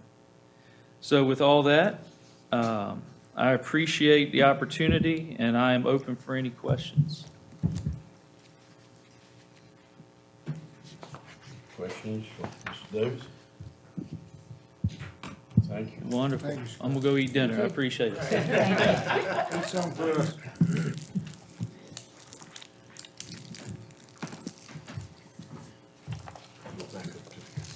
Yes, sir. We'll look at the consent agenda now. Any questions, comments about that? I'd like the motion to be approved as presented. Second. We have a motion and seconded. Dessa? Yes. Penny? Yes. Harrison? Yes. David? Yes. Jerry? Yes. Cannon? Yes. Bill? Yes. My vote is yes. Motion is passed. Highway matters. Authorize FY 24 through 29 6-year plan public hearing. Excuse me. Sarah? Two items. I'd be happy to record any maintenance issues that any board members have and report them back to Scott Frederick. He has also asked if I would have y'all authorize the public hearing for the June board meeting for your 6-year plan. You will recall that Mr. Frederick reported last month that in fact, the draft plan that you have in front of you that will be advertised, there are no additions or changes from last year's plan because VDOT is concerned about the way prices have gone up. So in fact, they've asked that no new roads be added. So I'm happy to take any questions or notes for Scott and report those back to him. Two things I have. Dessa, did they finish Schoolhouse Road? Is it still part of that that needs to be done? Yes. It has been finished. Something for Scott. Hendrick's Grocery, Pin Oak Road, going toward Prospect. The road sign that gives you the road numbers, David, it's up at the store. If you go down the hill, around the curve, it's laying in a ditch. How it got down there, I have no idea. If you're headed from Darlington Heights towards Prospect, it is, From Five Forks to Prospect. okay. When you pass Hendrick's store, start down the hill, right around the curve, it's laying in the ditch. It must have got hung under something and pulled up and On the right-hand side? on the right-hand side. Alicia was there the other day. That hung under the trailer. Yeah. Okay. There was one more thing, but I can't remember where it was. I would move that the board authorize a public hearing for the fiscal year 24-29 6-year plan for the fiscal year 24 construction program for the Prince Edward County for June 13th board meeting. Second. Motion seconded. David? Yes. Jerry? Yes. Cannon? Yes. Bill? Yes. Dessa? Yes. Penny? Yes. Harrison? Yes. And I voted yes.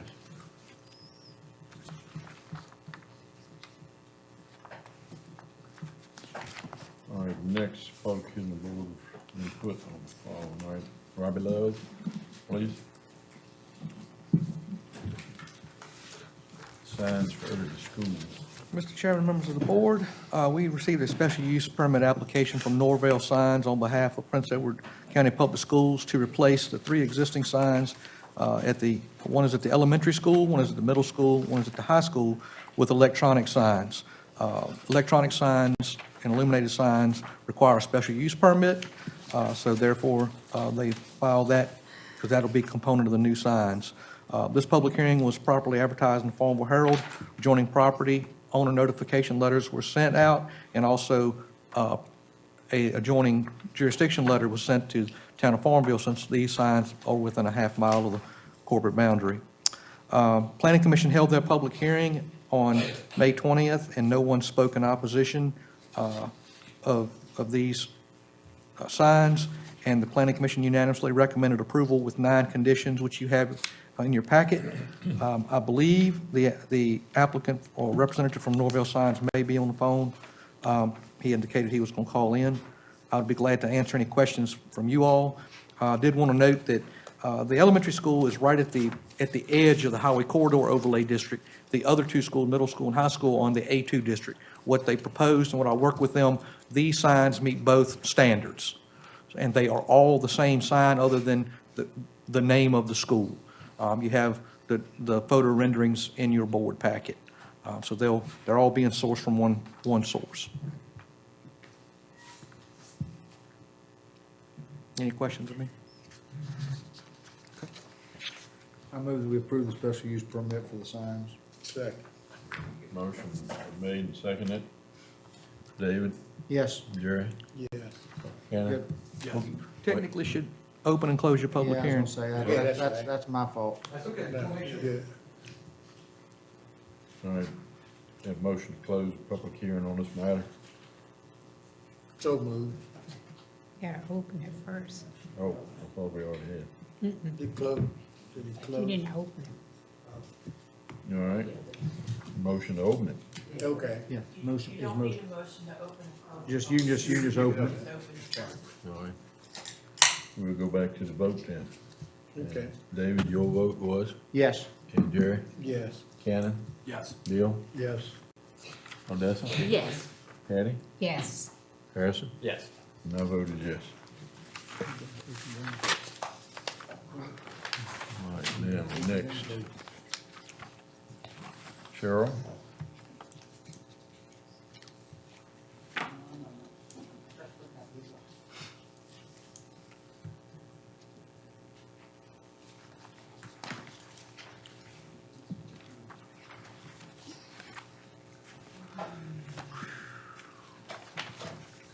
Good evening, board members. Good evening. As the board is aware, the Prince Edward County Public Schools has received a total of $949,999.64 of additional CARES Act funds for the FY 2022-23 school year. Prior to the expenditure and in accordance with 15.2-2507 of the Code of Virginia, the board will hold a public hearing to increase the FY '23 county and school budgets, accepting the distribution of federal funds and appropriate the funding to the FY '23 county and school budgets. Attached is a copy of the school's request for appropriation of additional funds that represents the plan of expenditures. So you'll hold your public hearing now. All right, I can open the public hearing. Any comments? Is everybody signed up? Is there anybody signed up? I don't think so. Do we have them all? Okay, hold on. Nobody's on here, Ms. Cother, but she spoke on the other issues. Yeah. Nope, nobody else signed up. nobody there. No call in Zoom. I don't guess. There was nobody Close. called in. Excuse me? There was nobody that called in for this either. All right, we'll close this section then, public hearing. Have a motion, So moved. second? Second. Have a motion, seconded. Harrison? Yes. Eddie? Yes. Odessa? Yes. Bill? Yes. Cannon? Yes. Jerry? Yes. David? Yes. My vote is yes. Motion's carried.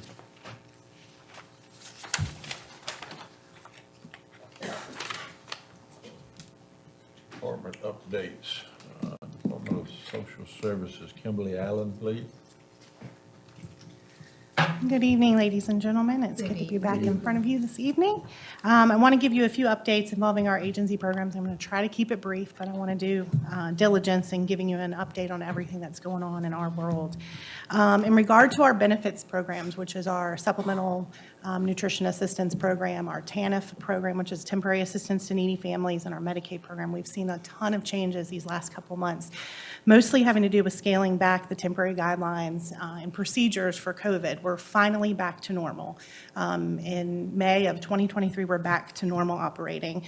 So in January, we saw the return of mandatory participation in our education and employment programs related to temporary assistance for needy families, which is TANF. As a result, our workers have been completing assessments and reassessments with families and coordinating services to assist them with their transition to self-sufficiency. Fortunately for us, we have a decent budget for those services, so we're able to tackle the barriers that they're facing, like transportation, childcare, and different limitations that they have. So we're using that funding to address those issues. In February, we saw the end of the emergency allotments relating to our Supplemental Nutrition Assistance Program, which is formerly known as food stamps. And just to give you an idea of how much additional benefits were provided during the pandemic for the 3 years, Prince Edward's February issuance amount, which was the last month of the emergency benefits, totaled $1,017,000. And there was a 45% decrease in March down to $563,000. So there was a lot of extra money going in to these households for the Supplemental Nutrition Program. The recipients of that program were provided advance notice to any action that was going to be taken against their case, and our workers were educated and updated on all of the community resources that would meet nutritional needs that families and individuals would face, knowing that we were scaling back this program. And they were asked to assess all of those needs in their day-to-day interaction. So whether it was a child protective services investigation, they were addressing nutrition. If it was an adult services case, they were addressing nutrition and trying to coordinate and connect those people with the community partners that we have that we're providing that nutrition program. In April, our continuous enrollment for Medicaid ended. During COVID, I don't know if any of you are aware, but during COVID, Medicaid, if you were on it, you stayed on it. Now we have the task of doing 1,700 Medicaid renewals over the course of the next 12 months for our Medicaid recipients here in Prince Edward County. And the state was fortunate enough to give us a really good schedule of how we could tackle those 1,700 renewals. They've given us the training. They've given us all the resources that we could ask for. They've given us overtime funding, and they have beefed up their support staff at the state level to provide troubleshooting for us. So we feel like we're in a good place moving forward. Actually, a lot of the workers that have conducted those renewals in the last month have said this was not nearly as bad as we thought it was going to be. The anticipation was worse than the actual project of it getting here.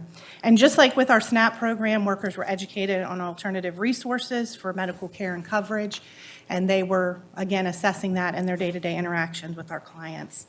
And lastly, in July, we're going to see a work requirement return to our SNAP program for able-bodied adults with dependents, and that's who we refer to as ABODs. So the work requirement will be the equivalent to 80 hours a month that individuals that are able to work and do not have dependents, they will have to work in order to get their supplemental nutrition assistance, their SNAP. Individuals that are affected by this are going to be notified according, and they're going to be given all the information they need to stay compliant with the program.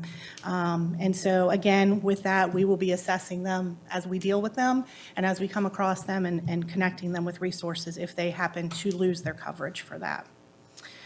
On the flip side of things, in regard to our service programs, prevention has been the area that our agency has put the most focus on the last 6 to 12 months in all different areas that we're serving, both on the adult side as well as the families and children side. And we've seen a tremendous growth in both of those programs. We're averaging about 40 prevention cases every month between those two programs, and that is workers going into the home each and every month, meeting with families, addressing their needs, using the budget lines that we have, some of our grant money to provide goods and services to make sure that we're combating the abuse and neglect of adults and children. And in doing so, we've partnered with a lot of the community agencies to do activities over the last couple months and in the future. As you guys know, and so kindly did the proclamation for Child Abuse Prevention Month in April. For that, we partnered with Prince Edward Public Schools, the hospital, and Prince Edward County Administrator's Office to plant our pinwheel gardens around town. You might have seen them at the hospital or at the schools, at our office, and here on the courthouse lawn. We had the support of our sheriff's department as well as the police department and our Commonwealth Attorney's Office as well on that. And I think Kevin Meadows, our supervisor, was here a couple months ago and explained the symbol of the pinwheel, that it symbolizes happy and carefree childhoods. And that's what we want for all of the children in our community. We also partnered with Longwood. Professor Danielson was here to talk about his training, and we were glad to be a part of that. We had almost 100 participants in that training program, which was huge. That 100 was the capacity, and I think we had like 94 participants. So it was great to see college students, professionals, and just community members interested in this topic. This month, we celebrate Adult Abuse Prevention Month and National Foster Care Month, and these are two areas that don't get the recognition that child abuse prevention does, but they're no less important. During the month, we're going to celebrate, we have 6 local foster homes who have opened their homes and their families to children needing temporary care. Our foster care supervisor, Kevin Meadows, and our worker, Darius Baskerville, were selected to lead a statewide webinar to all of the other agencies in the state on our efforts to bridge the gap between biological families, foster children, and foster families, and trying to maintain connections and build relationships between those two sides. So we're really proud of their work in that area. And as far as the adult abuse prevention, we have workers that are going to conference and training this month, and we're hopeful that they will get new materials and be able to bring them back and come up with some really unique ideas of how we can bring more awareness to those areas, because they are underrepresented in our community. And lastly, in regards to our benefits and our services unit, we collaborated with CareerWorks and hosted a job fair last Tuesday here in Farmville. We had over 30 employers present, and we had over 115 job seekers come through. And CareerWorks has done a lot of these job fairs, and they said this was a huge success, and it far exceeded their expectations. So we look to partner with them in the future and do one of these maybe again in the fall or next spring. Local DSSs in the area have also joined in, Charlotte County, Buckingham. So we're all communicating and kind of feeling that out and how that's going to work. And then the last thing I'm just going to address is our administration and finance. We have struggled with staffing issues over the last 6 months. We currently have 4 vacant positions. We've had as high as 6. And I would like to say that I could blame it on one thing or another, but we've been hit with a new online recruitment system that the state has required us to use that is not optimal at this point in time, so it's created delays in posting employment opportunities. But we're also seeing people leave this profession and leave this hard work that we're doing, leave the field completely. So trying to combat that is something that's in constant discussion with our board, with the other directors in the area, and at the state level of how we combat that. With having those vacancies, that means a huge amount of vacancy savings, which means savings to the county. So we anticipate at the end of this fiscal year, we will come in under budget, and that will be savings for you guys. We have not really touched our pass-through money, which is 68% locally funded. So we anticipate that that will be a huge savings to the county. So I welcome any questions, and I thank you for the opportunity to speak and for y'all's continued support of our agency. And I hope that you'll come visit us, or you'll give us a call and check us out. So any questions? How many foster children do you oversee in our area? Right now, we have 4 children in foster care. We have 2 minor children, and we also have a fostering futures program, which is for children that were in foster care at the time that they reached 18 and can remain in foster care. They can sign themselves into foster care until they're 21. So we have 2 fostering futures, and we have 2 under 18 minors that are in foster care. I think those numbers are the lowest we've seen in a long time, and I think that's due to the prevention efforts that we're doing. Our family services unit does an amazing job of that prevention piece, of coordinating families and children, getting relatives involved, getting therapists, getting teachers, getting whoever it is around the table. So I think that is a huge reason that those numbers are relatively low. Wonderful. Thank you. Doing a great job. Keep it up. Thank you. Thank you. Thank you. Have a good evening. Thank you. You too. Next, Economic Development and Tourism, Chelsea White, please. Excuse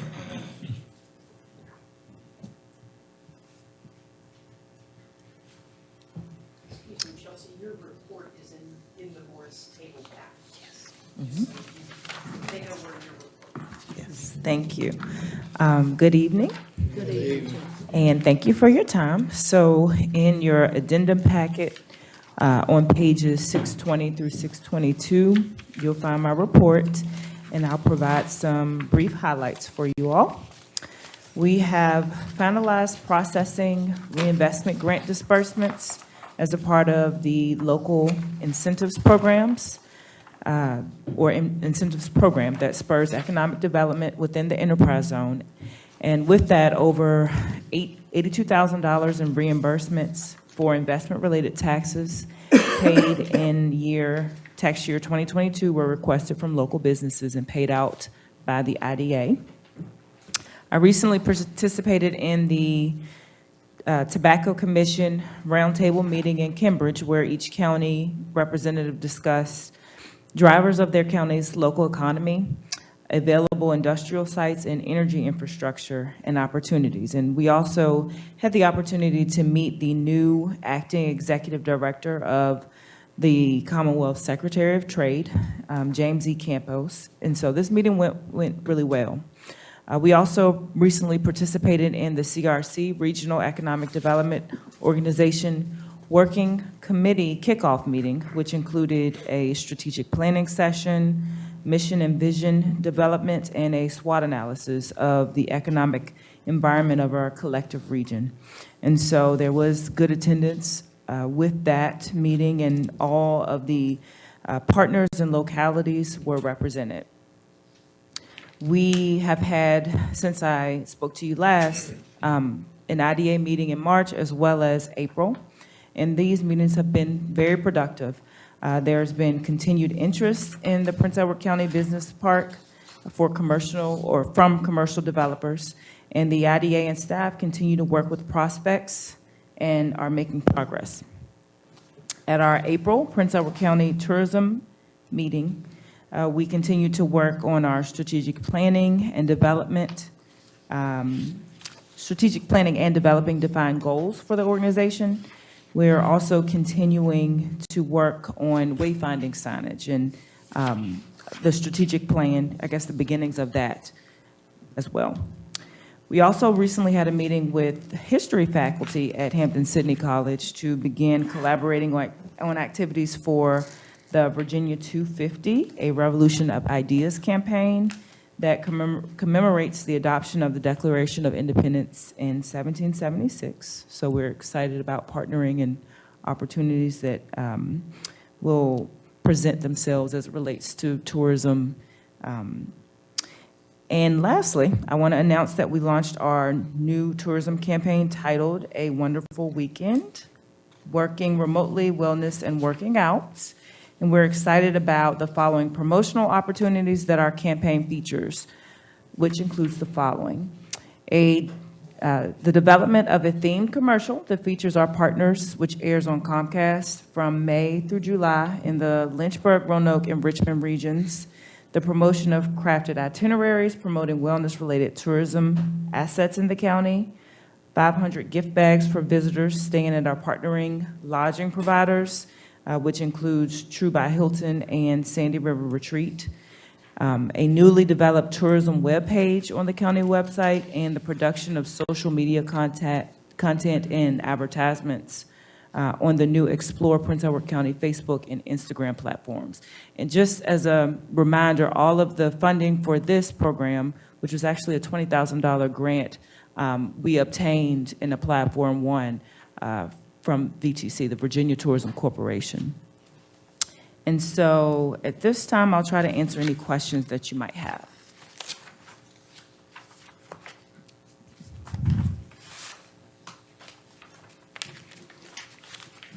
Any questions? We thank you. Yes. Thank you. I feel like there's a little momentum going on, around here for tourism. It kind of feels like it. Oh, definitely, definitely. We know everyone who comes to the county that's a visitor does not come to the visitor center. But from, the people that do come in and kind of what they're looking for, and also our numbers increasing, we're able to get a good, feel for what is drawing people to our area. Also, we are always, in your packets, at the very end of my report, I list all of the different times that were mentioned in different articles, blog posts, things like that, when people, or when, the writers are saying, 20 best towns to visit, or come to Prince Edward County for this or that. So that's a good indicator as well, I think, of the interest in our county and all the different assets from, folks that are interested in history, the civil rights movement, people that are coming for our two colleges as well. So yeah, I think.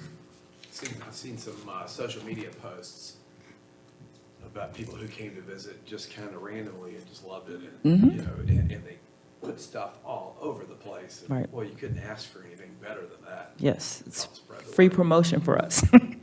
So, yeah. Mr. Chairman, I just wanted to add, as you can see from our report, Chelsea and her department have been very busy, but we've got a few things on the economic development front that hopefully in the next couple of months will be, brought to life as far as new projects. Certainly got the Wawa, but we've got a couple others that hopefully we'll be able to share with the board in the coming months, and it's an exciting time to be in Prince Edward. Thank you. Sounds good. Thank you. Yes, thank you. Thank you. Everything. Very nice. Mr. Chairman, staff would love it if we could take a 5-minute restroom break. Sure. I know we've got a few members, if the board would be agreeable. All right, that'll be fine. 5 minutes, we'll return.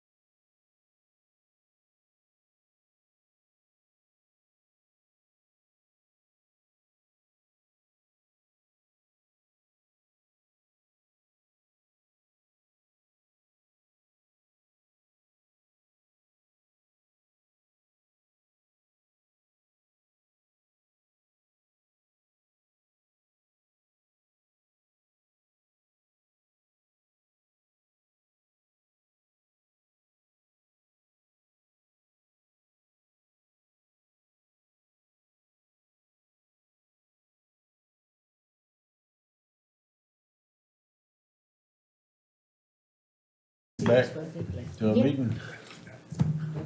Sarah? Yes, sir, Mr. Chairman. Item number 13 on page 185 of your board pack is citizen volunteer appointments that will be expiring June the 30th of 2023. You will notice the list of the appointments is on the left hand. The individuals that are currently in office are listed, and those with asterisks by their names are eligible for reappointment. There's no obligation for the board to make the appointment, and we don't know yet who will apply. So what we're asking tonight is for the board to authorize advertising these citizen volunteer appointments, and we will bring those to you at the June board meeting. So And if, Let's get that now out of the way. and for any board member who knows somebody who's interested, there is a citizen volunteer application in your board pack, or if you need us to send someone, or it's on our website, it's in our office. So if you know interested citizens, just ask them to call the office, and we'll be happy to make sure they get an application. Thank you. Motion made, seconded. David? Yes. Jerry? Yes. Anna? Yes. Bill? Yes. Tessa? Yes. Patty? Yes. Harrison? Yes. And my vote is yes. Zoning ordinance. Rodney? Mr. Chairman, members of the board, as you remember at your last meeting, you held a public hearing on these zoning ordinance amendments. Just a brief overview again, the Planning Commission looked at this at their January and February meeting, recommended this to you, had a public hearing at their March meeting where no one spoke on these issues. At your last meeting, there was some questions and concerns about commercial and non-commercial kennels, so we went back and addressed that, specifically the waste disposal. We changed that to say properly disposed of waste. We also made sure we had animal control look at this to make sure there weren't any other issues. Of course, we got a new animal control officer, Adam, so he looked at this. One other thing we looked at, had forgot to change, and remove one word in the screening section, which is 4-200.15. That section specifies for a trash collection storage area, a storage lot area, that it has to have a 6-foot screen fence. There is no requirement for plantings, so we removed that word because that's been a point of confusion in several instances in the past. There is no plantings. You don't plant a fence, you install a fence. New significant changes. We've got private camping, short-term tourist rental, and we adjusted setbacks in some districts on accessory structures. In looking at this entire code, there were a couple of districts where an accessory structure, which could be a shed, a carport, or garage, had no setback from the side property line or the rear, or even the street in a residential district. For public safety, I have to talk to VDOT about that. That could be bad if you run out of the right-of-way and the building's that close to the VDOT. So we adjusted those to 10 feet. Talked to Trey Powell on that. That's a good number that you can get emergency apparatus and personnel and equipment around a building on at least two sides. So it wasn't to majorly make a drastic change, but to provide a safety measure for the public. I'd be glad to answer any questions you have of me, but that's kind of the basic of what this is. Do we have a copy of that?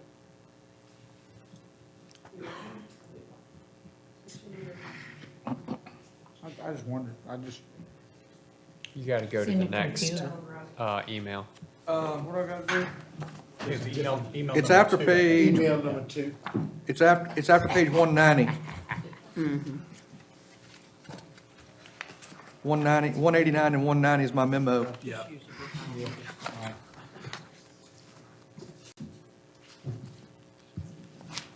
Supervisor Emmett, I know the screening comment was one that you had, and I think we've properly addressed the kennel language to address both your concerns, and I know Supervisor Townsend had concerns about the dog waste. Now we just say dispose of properly without getting in that pound. That makes sense.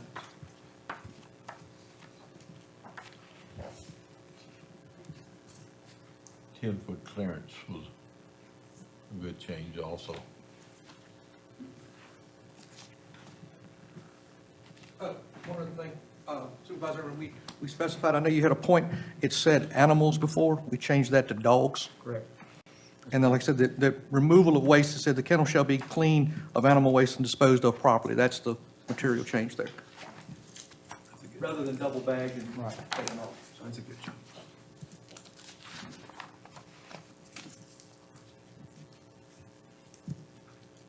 Do you have any comments, questions on this?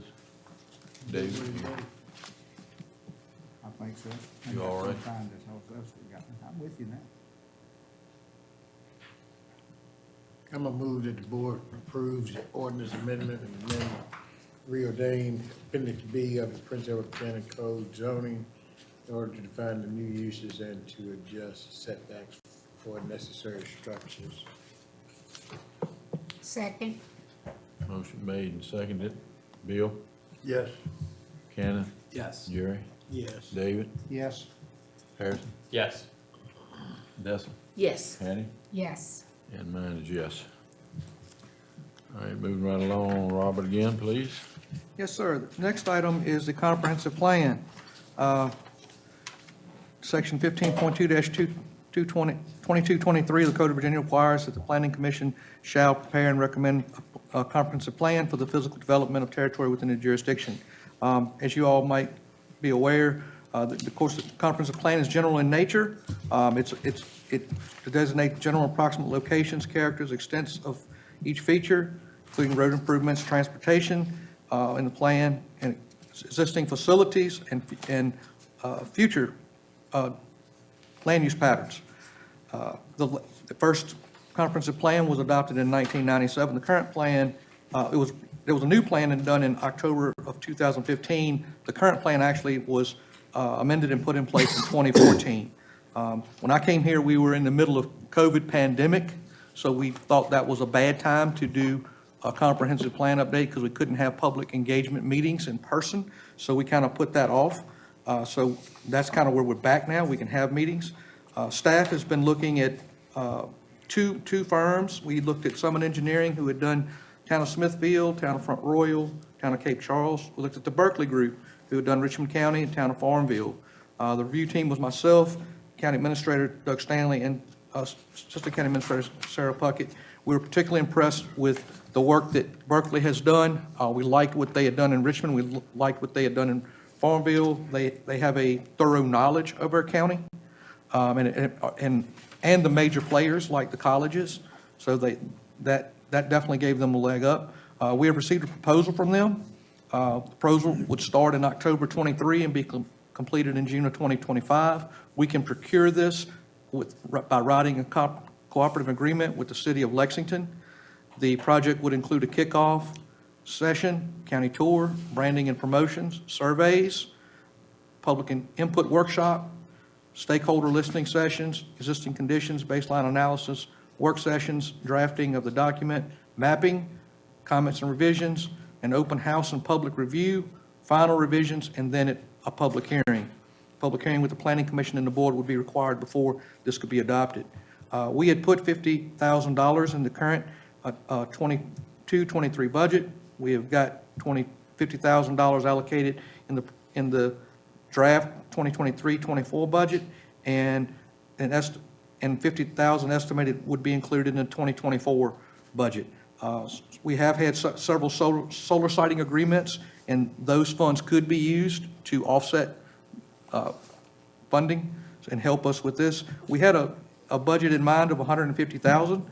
Berkeley didn't know what that was, but in their scope of work, their cost on this is $148,959.20. Attached is the proposal by Berkeley, the City of Lexington RFP, and some sample information from some of their sample work. So the request tonight, if you so choose, would be to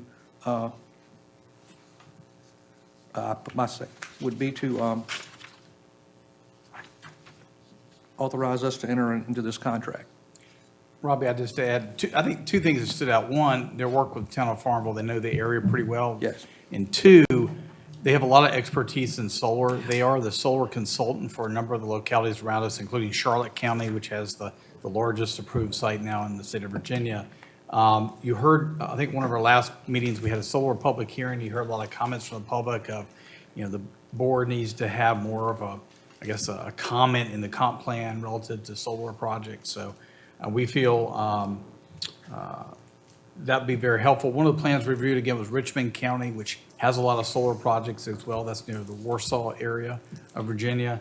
And they did a good job outlining, what's appropriate, where it's appropriate, buffering, screen, all those types of things, just kind of outline that in the plan. But they're also, versus the plans that have been done for Prince Edward before, it's much more, I'll say, graphic, pictures, diagrams, things like that versus just text. So I think it stands out more, and I thought they had a really good public engagement process to reach out to the citizens to get them to be actively part of the process, rather than maybe just having a couple of public meetings and inviting them to that. I saw that town manager wrote a letter saying that he recommended, they've been working with him for a while. Yeah, I'd reached out to Scott just to see, hey, what kind of work, what kind of job did they do for you? And they were very complimentary. Supervisor Gillum and I are in this VACO Certified Supervisors Program. And in our last session, they talked about, or I guess it was our first session of this module, they talked about how the comprehensive plan is, the requirements that come out of Richmond for this are very loose. And that it's kind of at our discretion how much resources we want to put into a comprehensive plan like this. So when we could, I'm not discounting the work that they could do, but that's a lot of money that we could put toward other things like the school. I'd hate to, I'm just thinking about after having just raised taxes, where can we try to pinch pennies so that we don't have to continue to raise taxes to pay for Sandy River. So I'm wondering if there is an alternative possibly that we could consider. I would argue, Supervisor Jones, that I wouldn't, and I'm a planner by trade, so I would preface it that way. The comp plan is not where I would pinch pennies. That is supposed to be this forward visioning document, the 20-year document, to guide where you make these development decisions, particularly on the solar, because you're going to have some major decisions to make, because this county is going to get approached for 2,000-acre solar fields. And you're going to have significant public input. And I think if you've got our act together up front with a good plan that the community is bought into, you're going to have better success on the back end of it. We could probably 60, 75,000 get the regional commission. The regional commission is actually, David, I think, working on about 3 different comp plans right now. Right. They're limited in scope and what they can and can't do, and that would be more text-driven. Not that they and Todd and them do a great job on the work they do. I think typically what you will do on a comp plan is you will develop it and go through the process. The 5-year review in 5 years, you won't make many changes. It'll be a minor tweak. So when you think of a $150,000 investment, but really it's over 10 to 15 years, it's maybe a $10,000 a year investment at the end of the day if you don't have to make major changes. Okay. So I would stress, I think there is importance to it, if nothing else, trying to articulate the vision of our citizens. Sure. And letting them drive the plan. It's unfortunately like this, and the next item, which is the reassessment, sometimes, there's cost to those things. But we did vet this firm pretty good, and I think, that, yeah, Rob, you got something to add? I will add one other thing. In my history before I came here, I was in private enterprise. I worked for a consulting firm, and developers, the first thing they will look at the comprehensive plan. Prospects will look at the comprehensive plan, the zoning, and the subdivision ordinance. So it's a very important document, and if you've got, like the county administrator said, if we've got a real hardy plan that engages the reader. It's a story. It's almost like a tourism document. We're putting ourselves out there in a comprehensive plan, and the visioning you do for solar, for broadband, those type of things, having that hearty, comprehensive look of the community and letting the community, the participation that we plan to get with this, I think it's really going to be a good process. Conservation easements. Yes. Do what, excuse me? When I do the conservation easements, all the counties. Yes, yes. Okay, thanks.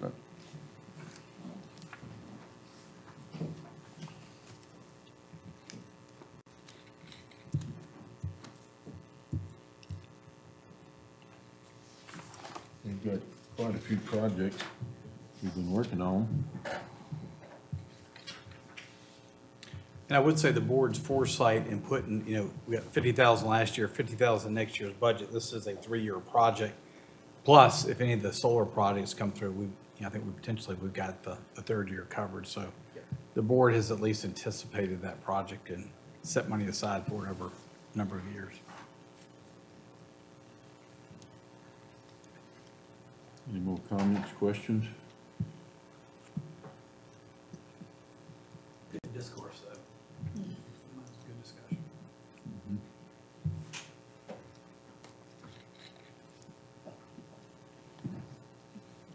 I'd like to entertain a motion. I was out of date, so I so moved. Have a motion? Second. Seconded. Dessa? Yes. Need to be done. Huh?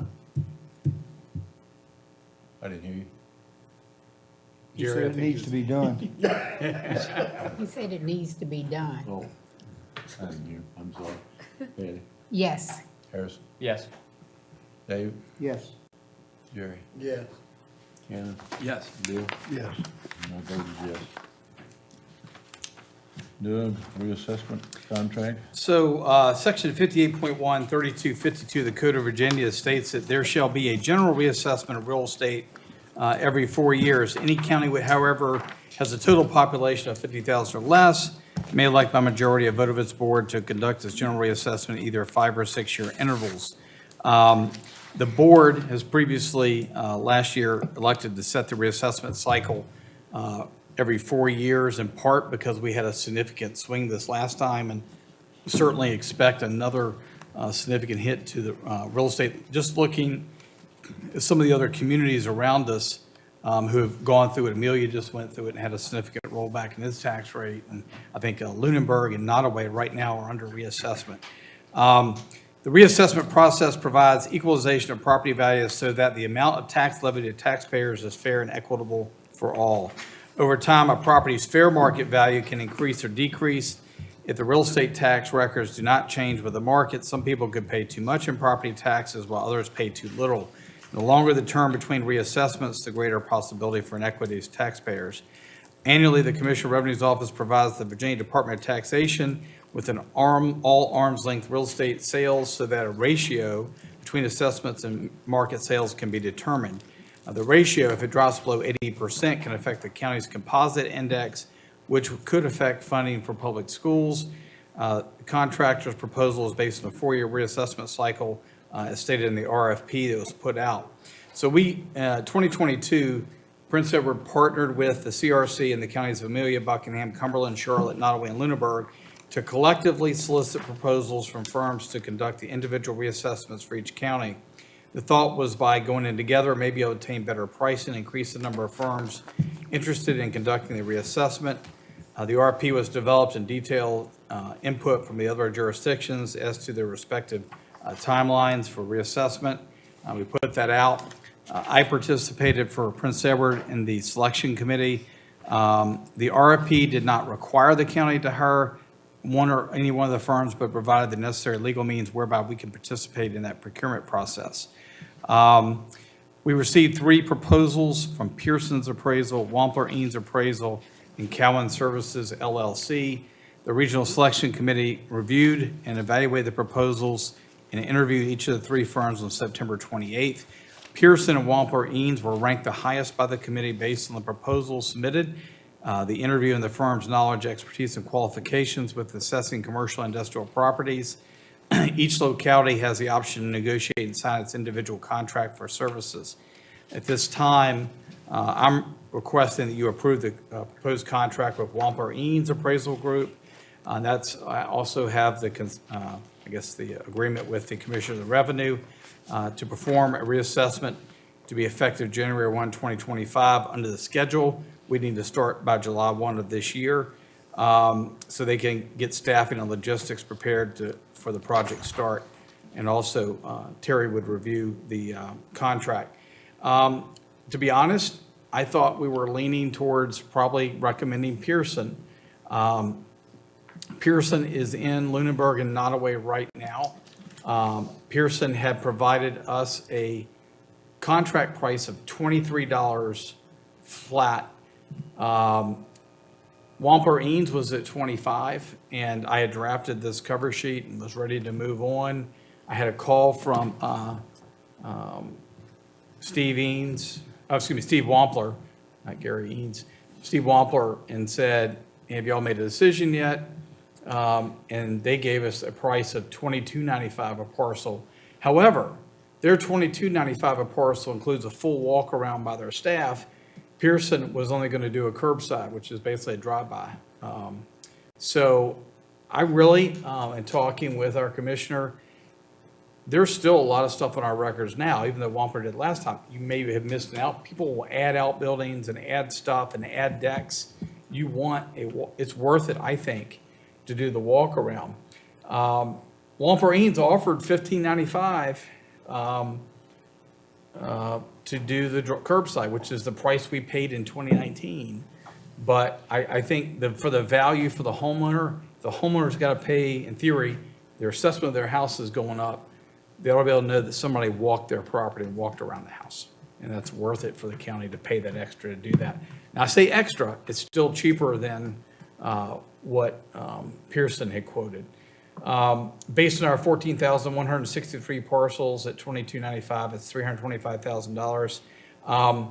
We've been bumping up and setting money aside. We had $40,000 from last year. We've got $55,000 in the current budget, and we've bumped the budget number up for next year.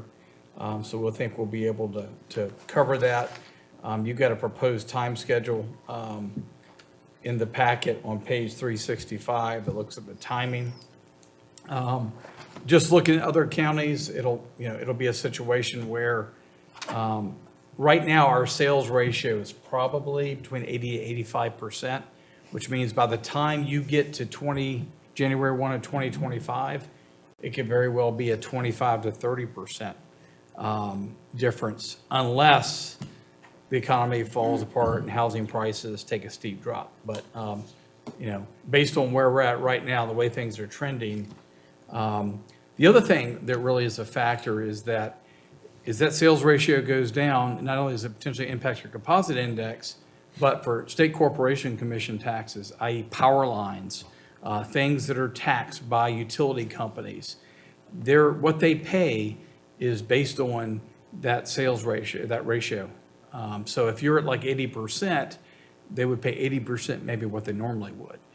That doesn't affect us as much as a county like Surrey that has a power plant, or Greensville, or Brunswick, that has a major gas power plant. They could see $1 million, $1.5 million swing as those ratios drop. But it's still a pretty significant hit for us because of the power lines and infrastructure, the Dominion properties, things like that go in and through our community. How do they get paid? How often do they get paid? SEC's annual. Yeah. That's part of our budget estimate. Talking about the reassessor. Reassessors, typically they will invoice, it'll be spelled out in the contract. Usually maybe it's like every 10 or 15% of parcels. Usually it's based on parcel numbers. I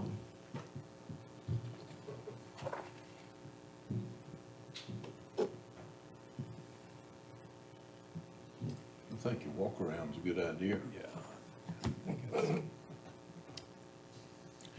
I looked hard because you can save a few bucks. You can, but I just don't feel good if somebody's gonna get a 20, 30% increase in their assessed value of their house, that somebody drove up and on the street and didn't walk the property and We knock on the already door. included 250 in this year's budget. So that's over the next 2 years. Okay, 23, 24. Yeah, I think, Next two. 250, we got I 125. think it may have been like each year. 100 and some thousand this year, yeah.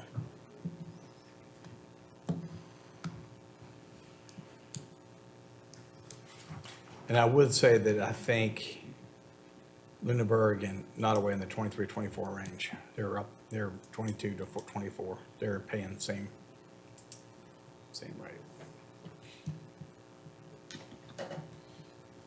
Had a friend of mine in Augusta County that went in to discuss his assessment. And talked to the representative there, and they told who did the assessment, this and the other. And he said, well, I'd like to get them on the phone, I'd like to talk to them. And then they assessed his property that he owned and wanted to know how they came up with the number. And, well, you got this building, that building. And he said, well, that's fine, but he said, those buildings were bulldozed down 3 years ago. They're not even there. They just went back and pulled the records that they had and sent them on in and called their hand on them. I That think, walk around means a lot. I think Lunenburg did a hybrid where maybe they're walking around every building that's currently assessed at 150,000 or higher. But, you know, for me, I have a hard time treating one differently than the other. Again, that can save some money, but, and I'll say this, I've worked with both. I worked with Fred Pearson 20 years ago. He's very knowledgeable, one of the more well-respected folks. And of course, I think Sarah Walper-Eanes has been here for the last 2 reassessments, I believe. Yeah. And they actually have an office. I think that's why they came back. They actually have an office here locally, or a house that they have some of their staffs work regionally out of. Do you know if they're using drones now? on some They're assessments? not using drones, but I know some folks are out doing that. Almost as good as now, like we've got, Trey, what is it, 2022 aerial photography? We've got, what, 2022 aerial photography now for GIS? Yeah. So we've got pretty recent air photo stuff, yeah. So you need a motion to use Wampler and Eames as our reassessment team. Second. There's a motion, seconded. Odessa? Yes. Patty? Yes. Harrison? Yes. David? Yes. Jerry? Yes. Shannon? Yes. Bill? I voted yes. And just clarification, I assume that also authorizes me as county administrator to sign the necessary contract. It does. Thank you. Thank you, sir. Doug, next, Sandy River Reservoir. All right, and I believe I've got our PPA council, Sharon Pandak and Tom Frederick from Panoni on the line as well. So bear with me just a second. I So, am here by audio. I can't see you yet on video. okay, we hear you, Sharon. Thank you. Back on December 9, 2021, the Prince Edward County Board of Supervisors accepted the unsolicited proposal of Prince Edward County Infrastructure, PECI, design and construction of a water system serving the county. The board made a determination to use competitive negotiation in selecting a contractor to authorize the county administrator to post the non-confidential portions of the proposal and advertise for the receipt of competing proposals for a period of not less than 45 days, at the end of which the county received no competing proposals.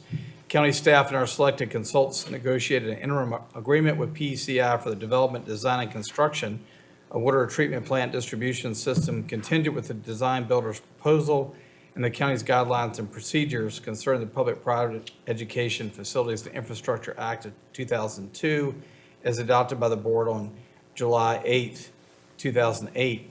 Its meeting on August 23rd, the board approved the interim agreement. Since that time, the county has expended the maximum of $1 million on the services identified in the agreement. At this time, PECI has submitted a final draft agreement for the county. Staff has considered the proposal and has determined the board's intent of developing a water supply system is in the best interest of the county to proceed and establish a 30-day period for public comment. The draft final agreement has been reviewed by our PPA legal counsel, Sharon Pandak from Pandak and Taves. She is on the line, as well as our engineering consultant, Tom Frederick from Petone. I believe Tom is on as well.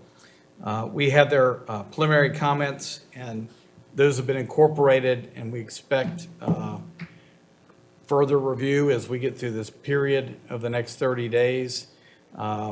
In addition, the county will want to be in a position to approve a contract with the Department of General Services for the provision of water to the state's 3 facilities in Nottoway prior to or as a condition of acceptance of the final final agreement.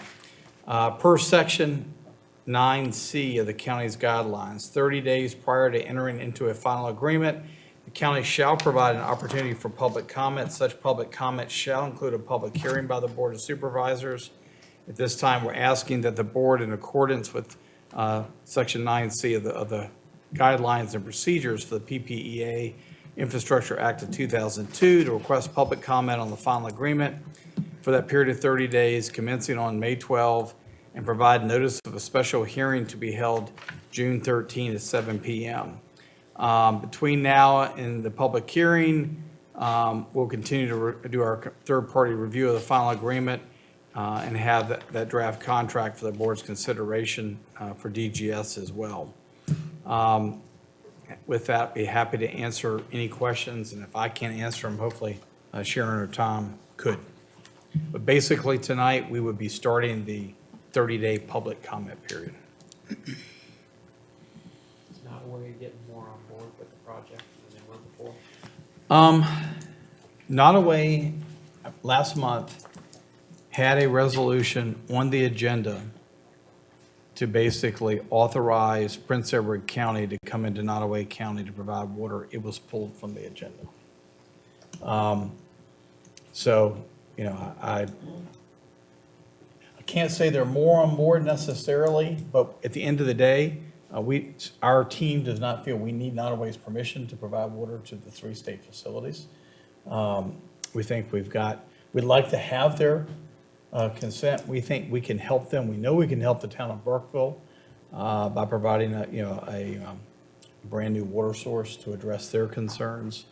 We would love to be able to get the town of Crew on board as well, but at this point in time, they're not interested in participating. So we've got another meeting with the Virginia Resource Authority that should be coming up. I know that meeting got pushed. I was going to take the chair and vice chair with me to that meeting. That's the other important piece is before we agree to move forward with the project, we have to know we have funding in place to be able to pay for it. So there's 3 different pieces: contract with the state, this PPA agreement, and the third piece is funding commitment from VRA to fund it. So we hopefully, over the next, say, 2 months, all these pieces can come together. The board doesn't have to act on this in 30 days, but we have to have the 30-day public comment period. So moved. Second. Have a motion seconded. Odessa? Yes. Patty? Yes. Harrison? Yes. Dave? Yes. Jerry? Yes. Shannon? Yes. Bill? Yes. And my vote's yes.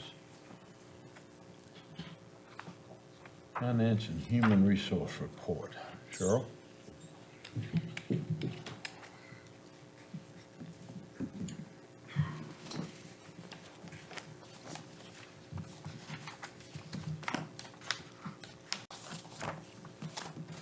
Good evening again. We have a few appropriations for your pleasure this evening. The first one is from the IDA. They've received a request for reinvestment grant incentive payments from Hotel Express, Farmville Hotel Partners, and Hotel Wyandotte for 2022. Reinvestment grants are directly related to real estate and personal property taxes collected by the county from these entities. The IDA asks the board to appropriate the funds previously collected to reimburse the IDA for these expenditures. So moved. Motion seconded. Bill? Yes. Shannon? Yes. Jerry? Yes. David? Yes. Dessa? Yes. Patty? Yes. Harrison? Yes. And my vote is yes. The next one is for the Sheriff's Department. They've received funds in the amount of $3,059 from the NRA Foundation Grant Grant Program for Project Active Threat Preparedness. The board is asked to appropriate the funds as follows. So moved. Second. Motion seconded. Harrison? Yes. Patty? Yes. Dessa? Yes. Bill? Yes. Shannon? Yes. Jerry? Yes. David? Yes. My vote is yes. Motion's passed. Animal Control has received donations totaling $1,065 towards the care of boarded animals. The board is asked to appropriate the funds as follows.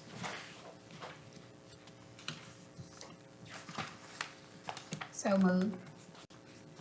Second. Motion been made and seconded. David? Yes. Jerry? Yes. Shannon? Yes.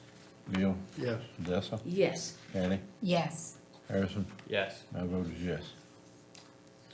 The next one is also for the Sheriff's Department. The Sheriff's Department has received federal and state grant funding totaling $21,522.03. Each grant is designated to a specific purpose as required and reported. The board is asked to appropriate the funds as follows. So moved. Second. Motion made and seconded. Harrison? Yes. Patty? Yes. Dessa? Yes. Bill? Yes. Shannon? Yes. Jerry? Yes. David? Yes. My vote's yes. The next one is for the clerk of the circuit court. She's requested $4,548.40 from the state compensation board as reimbursement from the technology trust fund that has been collected in Prince Edward. The funds will be used to pay for records management, maintenance, and secured remote access systems. So moved. Second. Motion made and seconded. Harrison? Yes.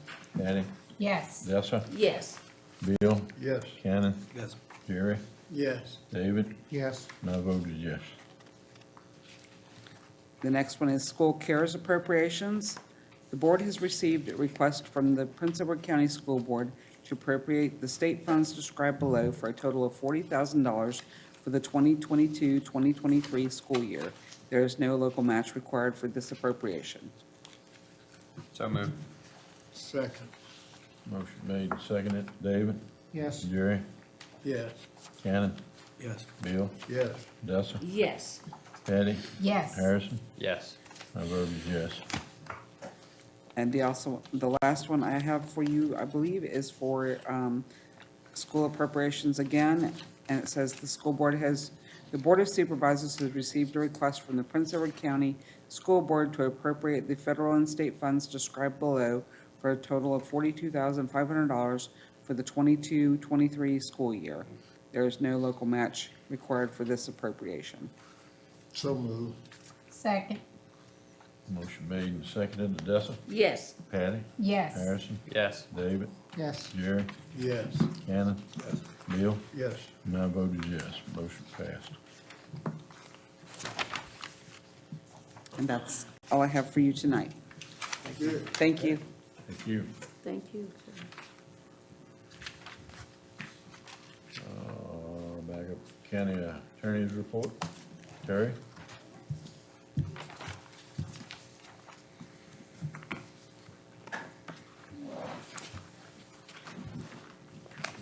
Good evening, everyone. Good evening. And I do want to start out also by wishing Happy Mother's Day to the mothers here. We are currently working on our ever-famous dead body request for the payment of the cremation of an unclaimed body. We make a petition and order to the court, and they authorize us to pay for that. The sheriff checks on, see if he can locate the heirs. If not, then we pay. We're still getting information about the opioid abatement settlement. notification.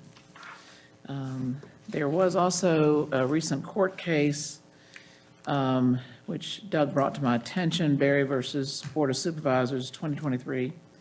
And there's also a lot of chatter on the local government attorney listserv, working with General Assembly on the same topic. But basically, the court in that area ruled that the zoning ordinance was void because it was done during an online public hearing prior to July 2021. So anyway, I'm doing some further research and listening to the local government. You know, as you recall, during COVID, a lot of the times they were doing remote meetings. So anyway, I'm looking into that further, and also, like I said, the local government attorney group, they'll get to, you know, a group that will chat about that. So anyway, I'm looking into that. Anyway, anybody else have any questions, concerns, comments? That's an interesting thing you just said right there. You know, we have been down a trail tonight, haven't we? Thanks, Terry. All righty, thank you all. Let's see. Where are we at here? Correspondence information. Doug? County Administrator report. Where are we at? County Administrator report. Excuse me, I'm sorry. Yes, sir, I'll try to truncate this a little bit.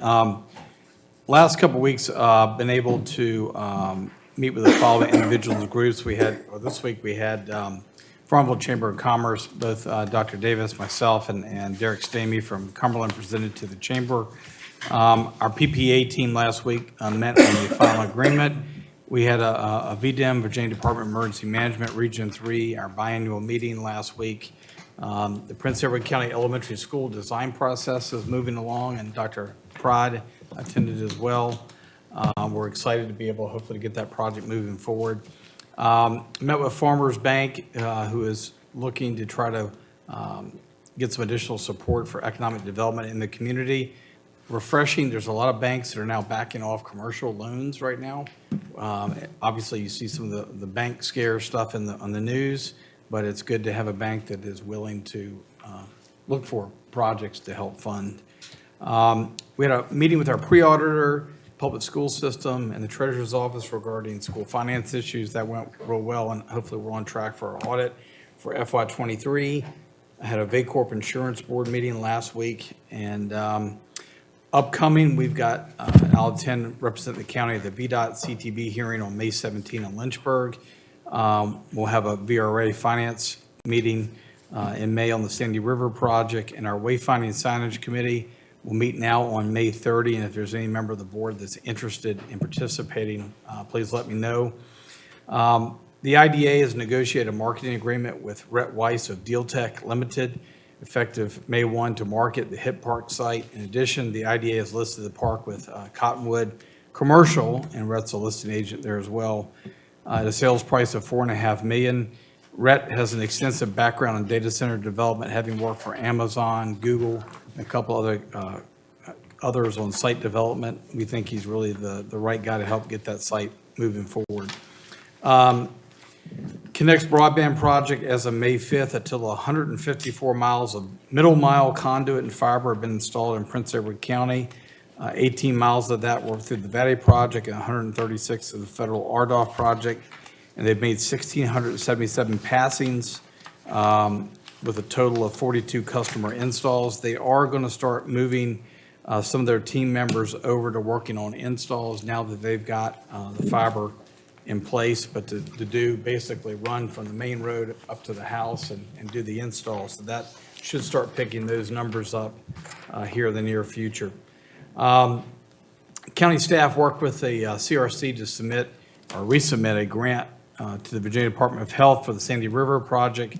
Last year, we were unsuccessful. We've reduced the grant request to $5 million, which would hopefully make the project a little bit more competitive. I want to thank CRC staff, in particular Todd Fortune, for helping to get that grant together. Route 46307 project, VDOT has been milling the last couple nights. They extended that to tonight, so sorry, Bill, 460 is going to be closed on that stretch. This should be the last paving section. I think they're doing the turn lane on Holly Farms, I believe, tonight. Overall, the project, including the striping, should be completed by May 12. And just say that VDOT's been coordinating with emergency services and school system during this project. Lastly, contractor was on site this week and completed repainting the cupola up atop the courthouse. I got the opportunity to go up and inspect the work myself and showed everybody that I got to go ride the bucket truck up to the top of the courthouse. So that was the entertaining fact for today. So that's all I have, Mr. Chairman, unless there are any other questions. But a radiator, not generator.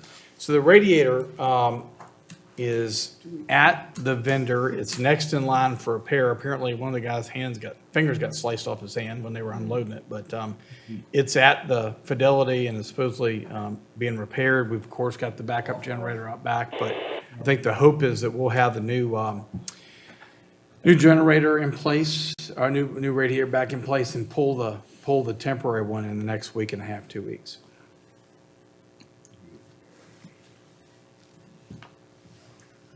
Let's see here.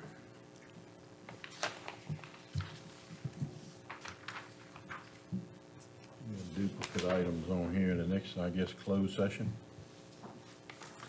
Yes, sir.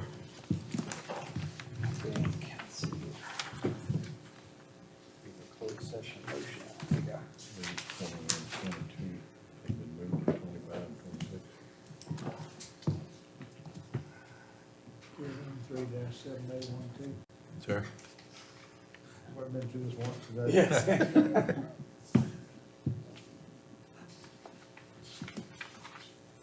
Making a motion.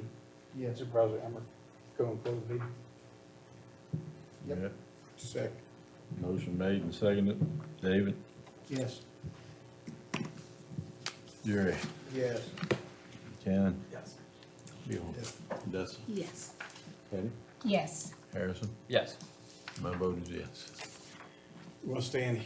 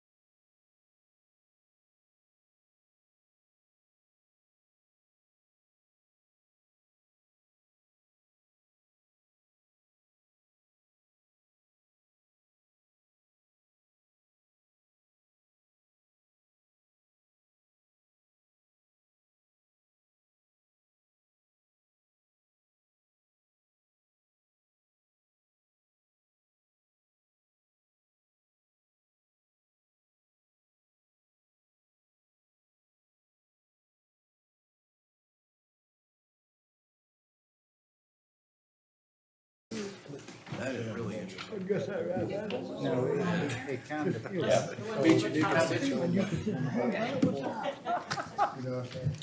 Bill's gonna ride by there and say.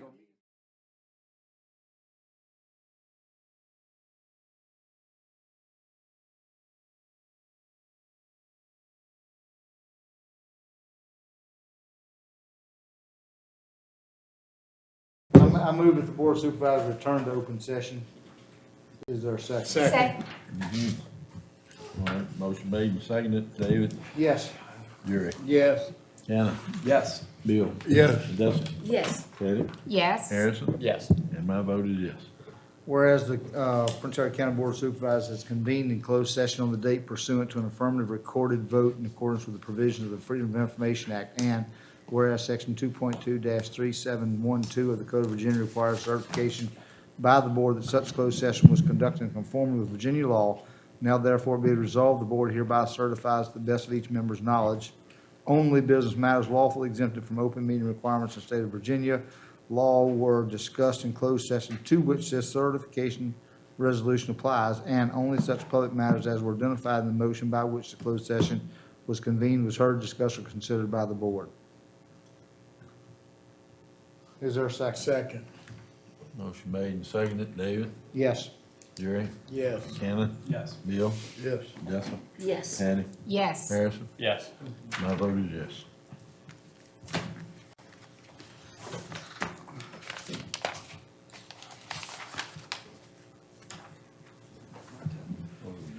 Everything else is just. Just reports, I think, Something.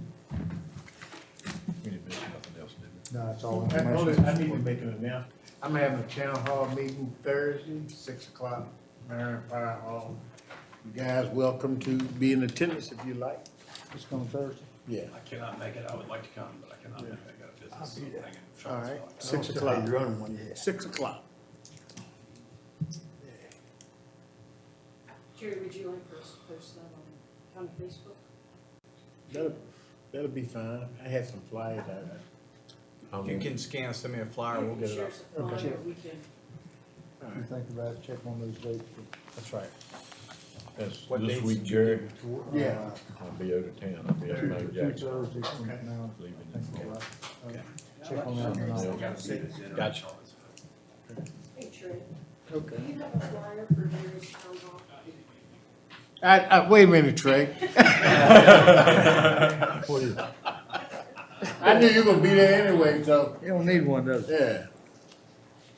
You remember, help me remember, we need to post that on Facebook. Everything as far as, that, all rest that's his information, right? Yes, sir. In that case, for the second time today, I'm gonna make a motion we adjourn. Second. All right, motion's made and seconded. Bill? Yes. Shannon? Yeah. Jerry? Yes. David? Yes. Harrison? Yes. Thank you, ma'am. And Dustin? Yes. Patty? Yes. And I say yes. Happy Mother's Day to all the mothers. Happy Mother's Day to you ladies.